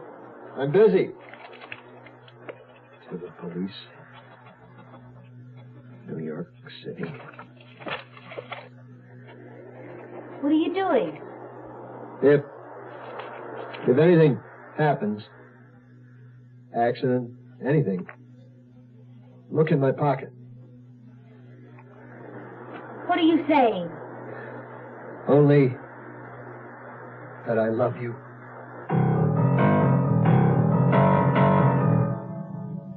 The Dermute hadn't made a scheduled stop and departure in New Orleans. He wasn't carried in the Port Bulletin. That's how I missed her. By the time I'd gotten the information on her, she'd reached Dublin and sailed on. The police in Ireland are a national organization.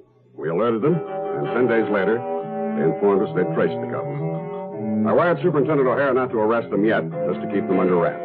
On an island, there's small chance of escape. With warrants for the arrest of Hugh Rohan and Mercedes Turner and papers for extradition, I flew to Ireland.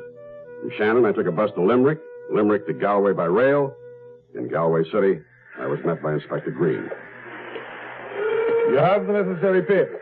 Yes, I have. All in order. I've arranged for you to stay at the hotel. The papers will be approved this night. Oh, you're not planning to pick them up until tomorrow? No, it's a bit of a drive to the cottage. Here's my car. Are you carrying a gun? Yes. Well, we don't carry them here. Well, you better tomorrow. It won't be necessary. He's armed. I know the man. He'll shoot it out. That would be foolish of him. Well, is it all right for me to carry mine? If you insist. Yes, I can arrange it. It's most unusual.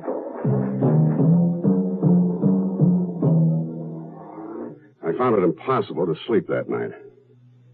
I'd been after them for so long. For nearly 2 months, I'd held on to an invisible tether, the other end loosely fastened to Rohan and Mercedes Turner. Now, at last, when morning came, the final slack would be gathered in. I lay in the soft bed wondering what Rohan was doing. Did he know it was his last night of freedom? Did he hold Mercedes Turner in his arms, warm in his love?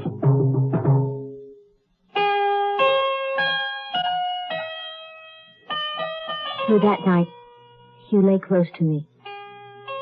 He spoke only once. I'm cold, he said. Please keep me warm.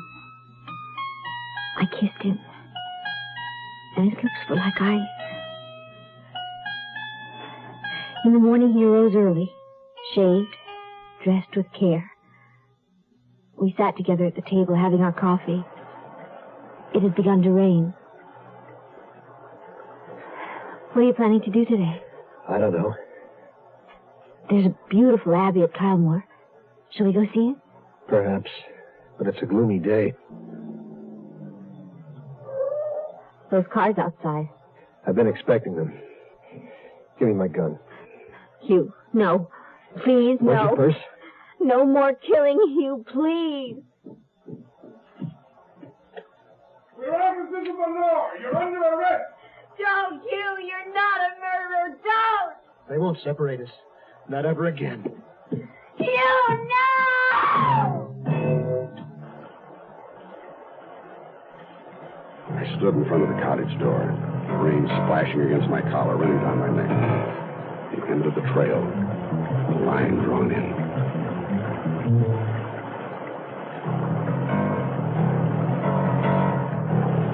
Suddenly, the door swung open, and Rohan's revolver stared me in the face. I threw myself to the ground. When he fired the second time, I shot him. Oh, Williams! Are you hurt? No. Lucky bit for you. Yes. Yes, isn't it? Yeah, if you don't mind, I'll go in alone to get the woman.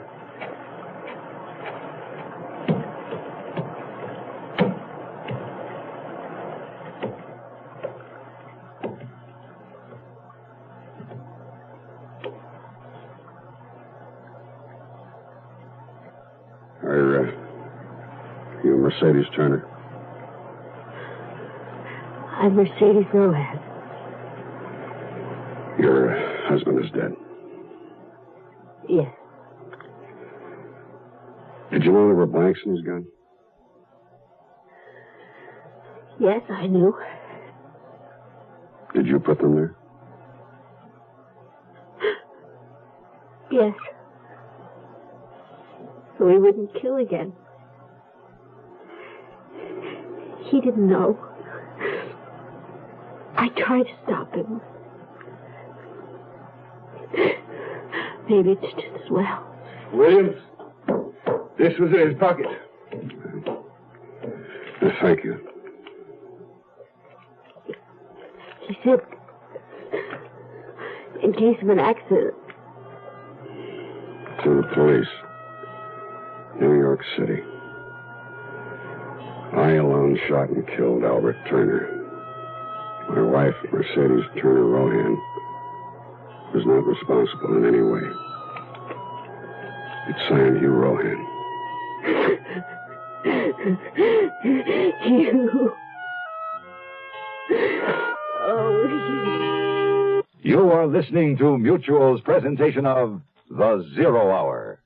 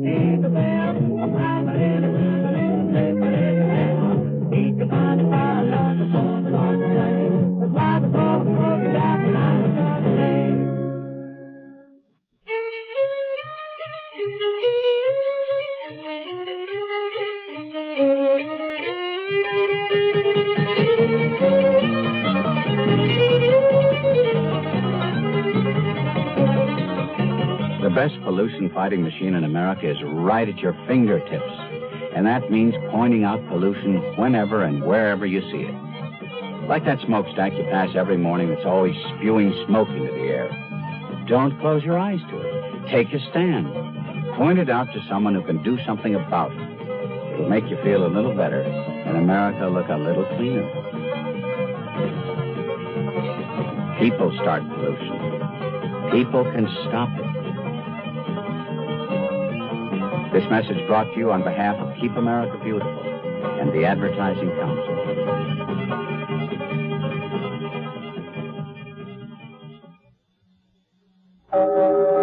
That concludes this week's production of The Zero Hour. Bill S. Ballinger's The Wife of the Red-Haired Man.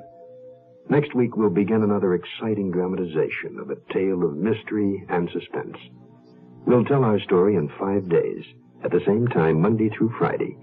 So on Monday, rest your eyes and listen here to The Zero Hour. I'm Rod Serling. Today's episode brought to you in part by Quaker State Motor Oil, Alka-Seltzer, and MEM. This is The Zero Hour on Mutual Radio.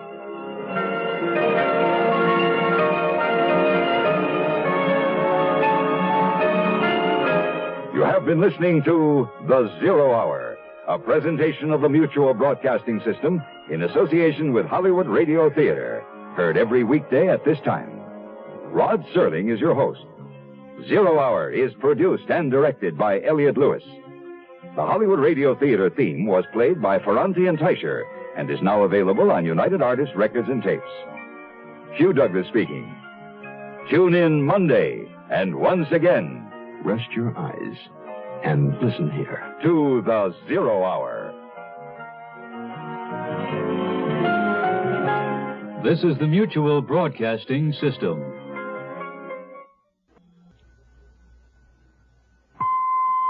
Welcome to Golden Age Radio, rumble.com/C/GAR. Visit veteransradioministry.com for more videos like this.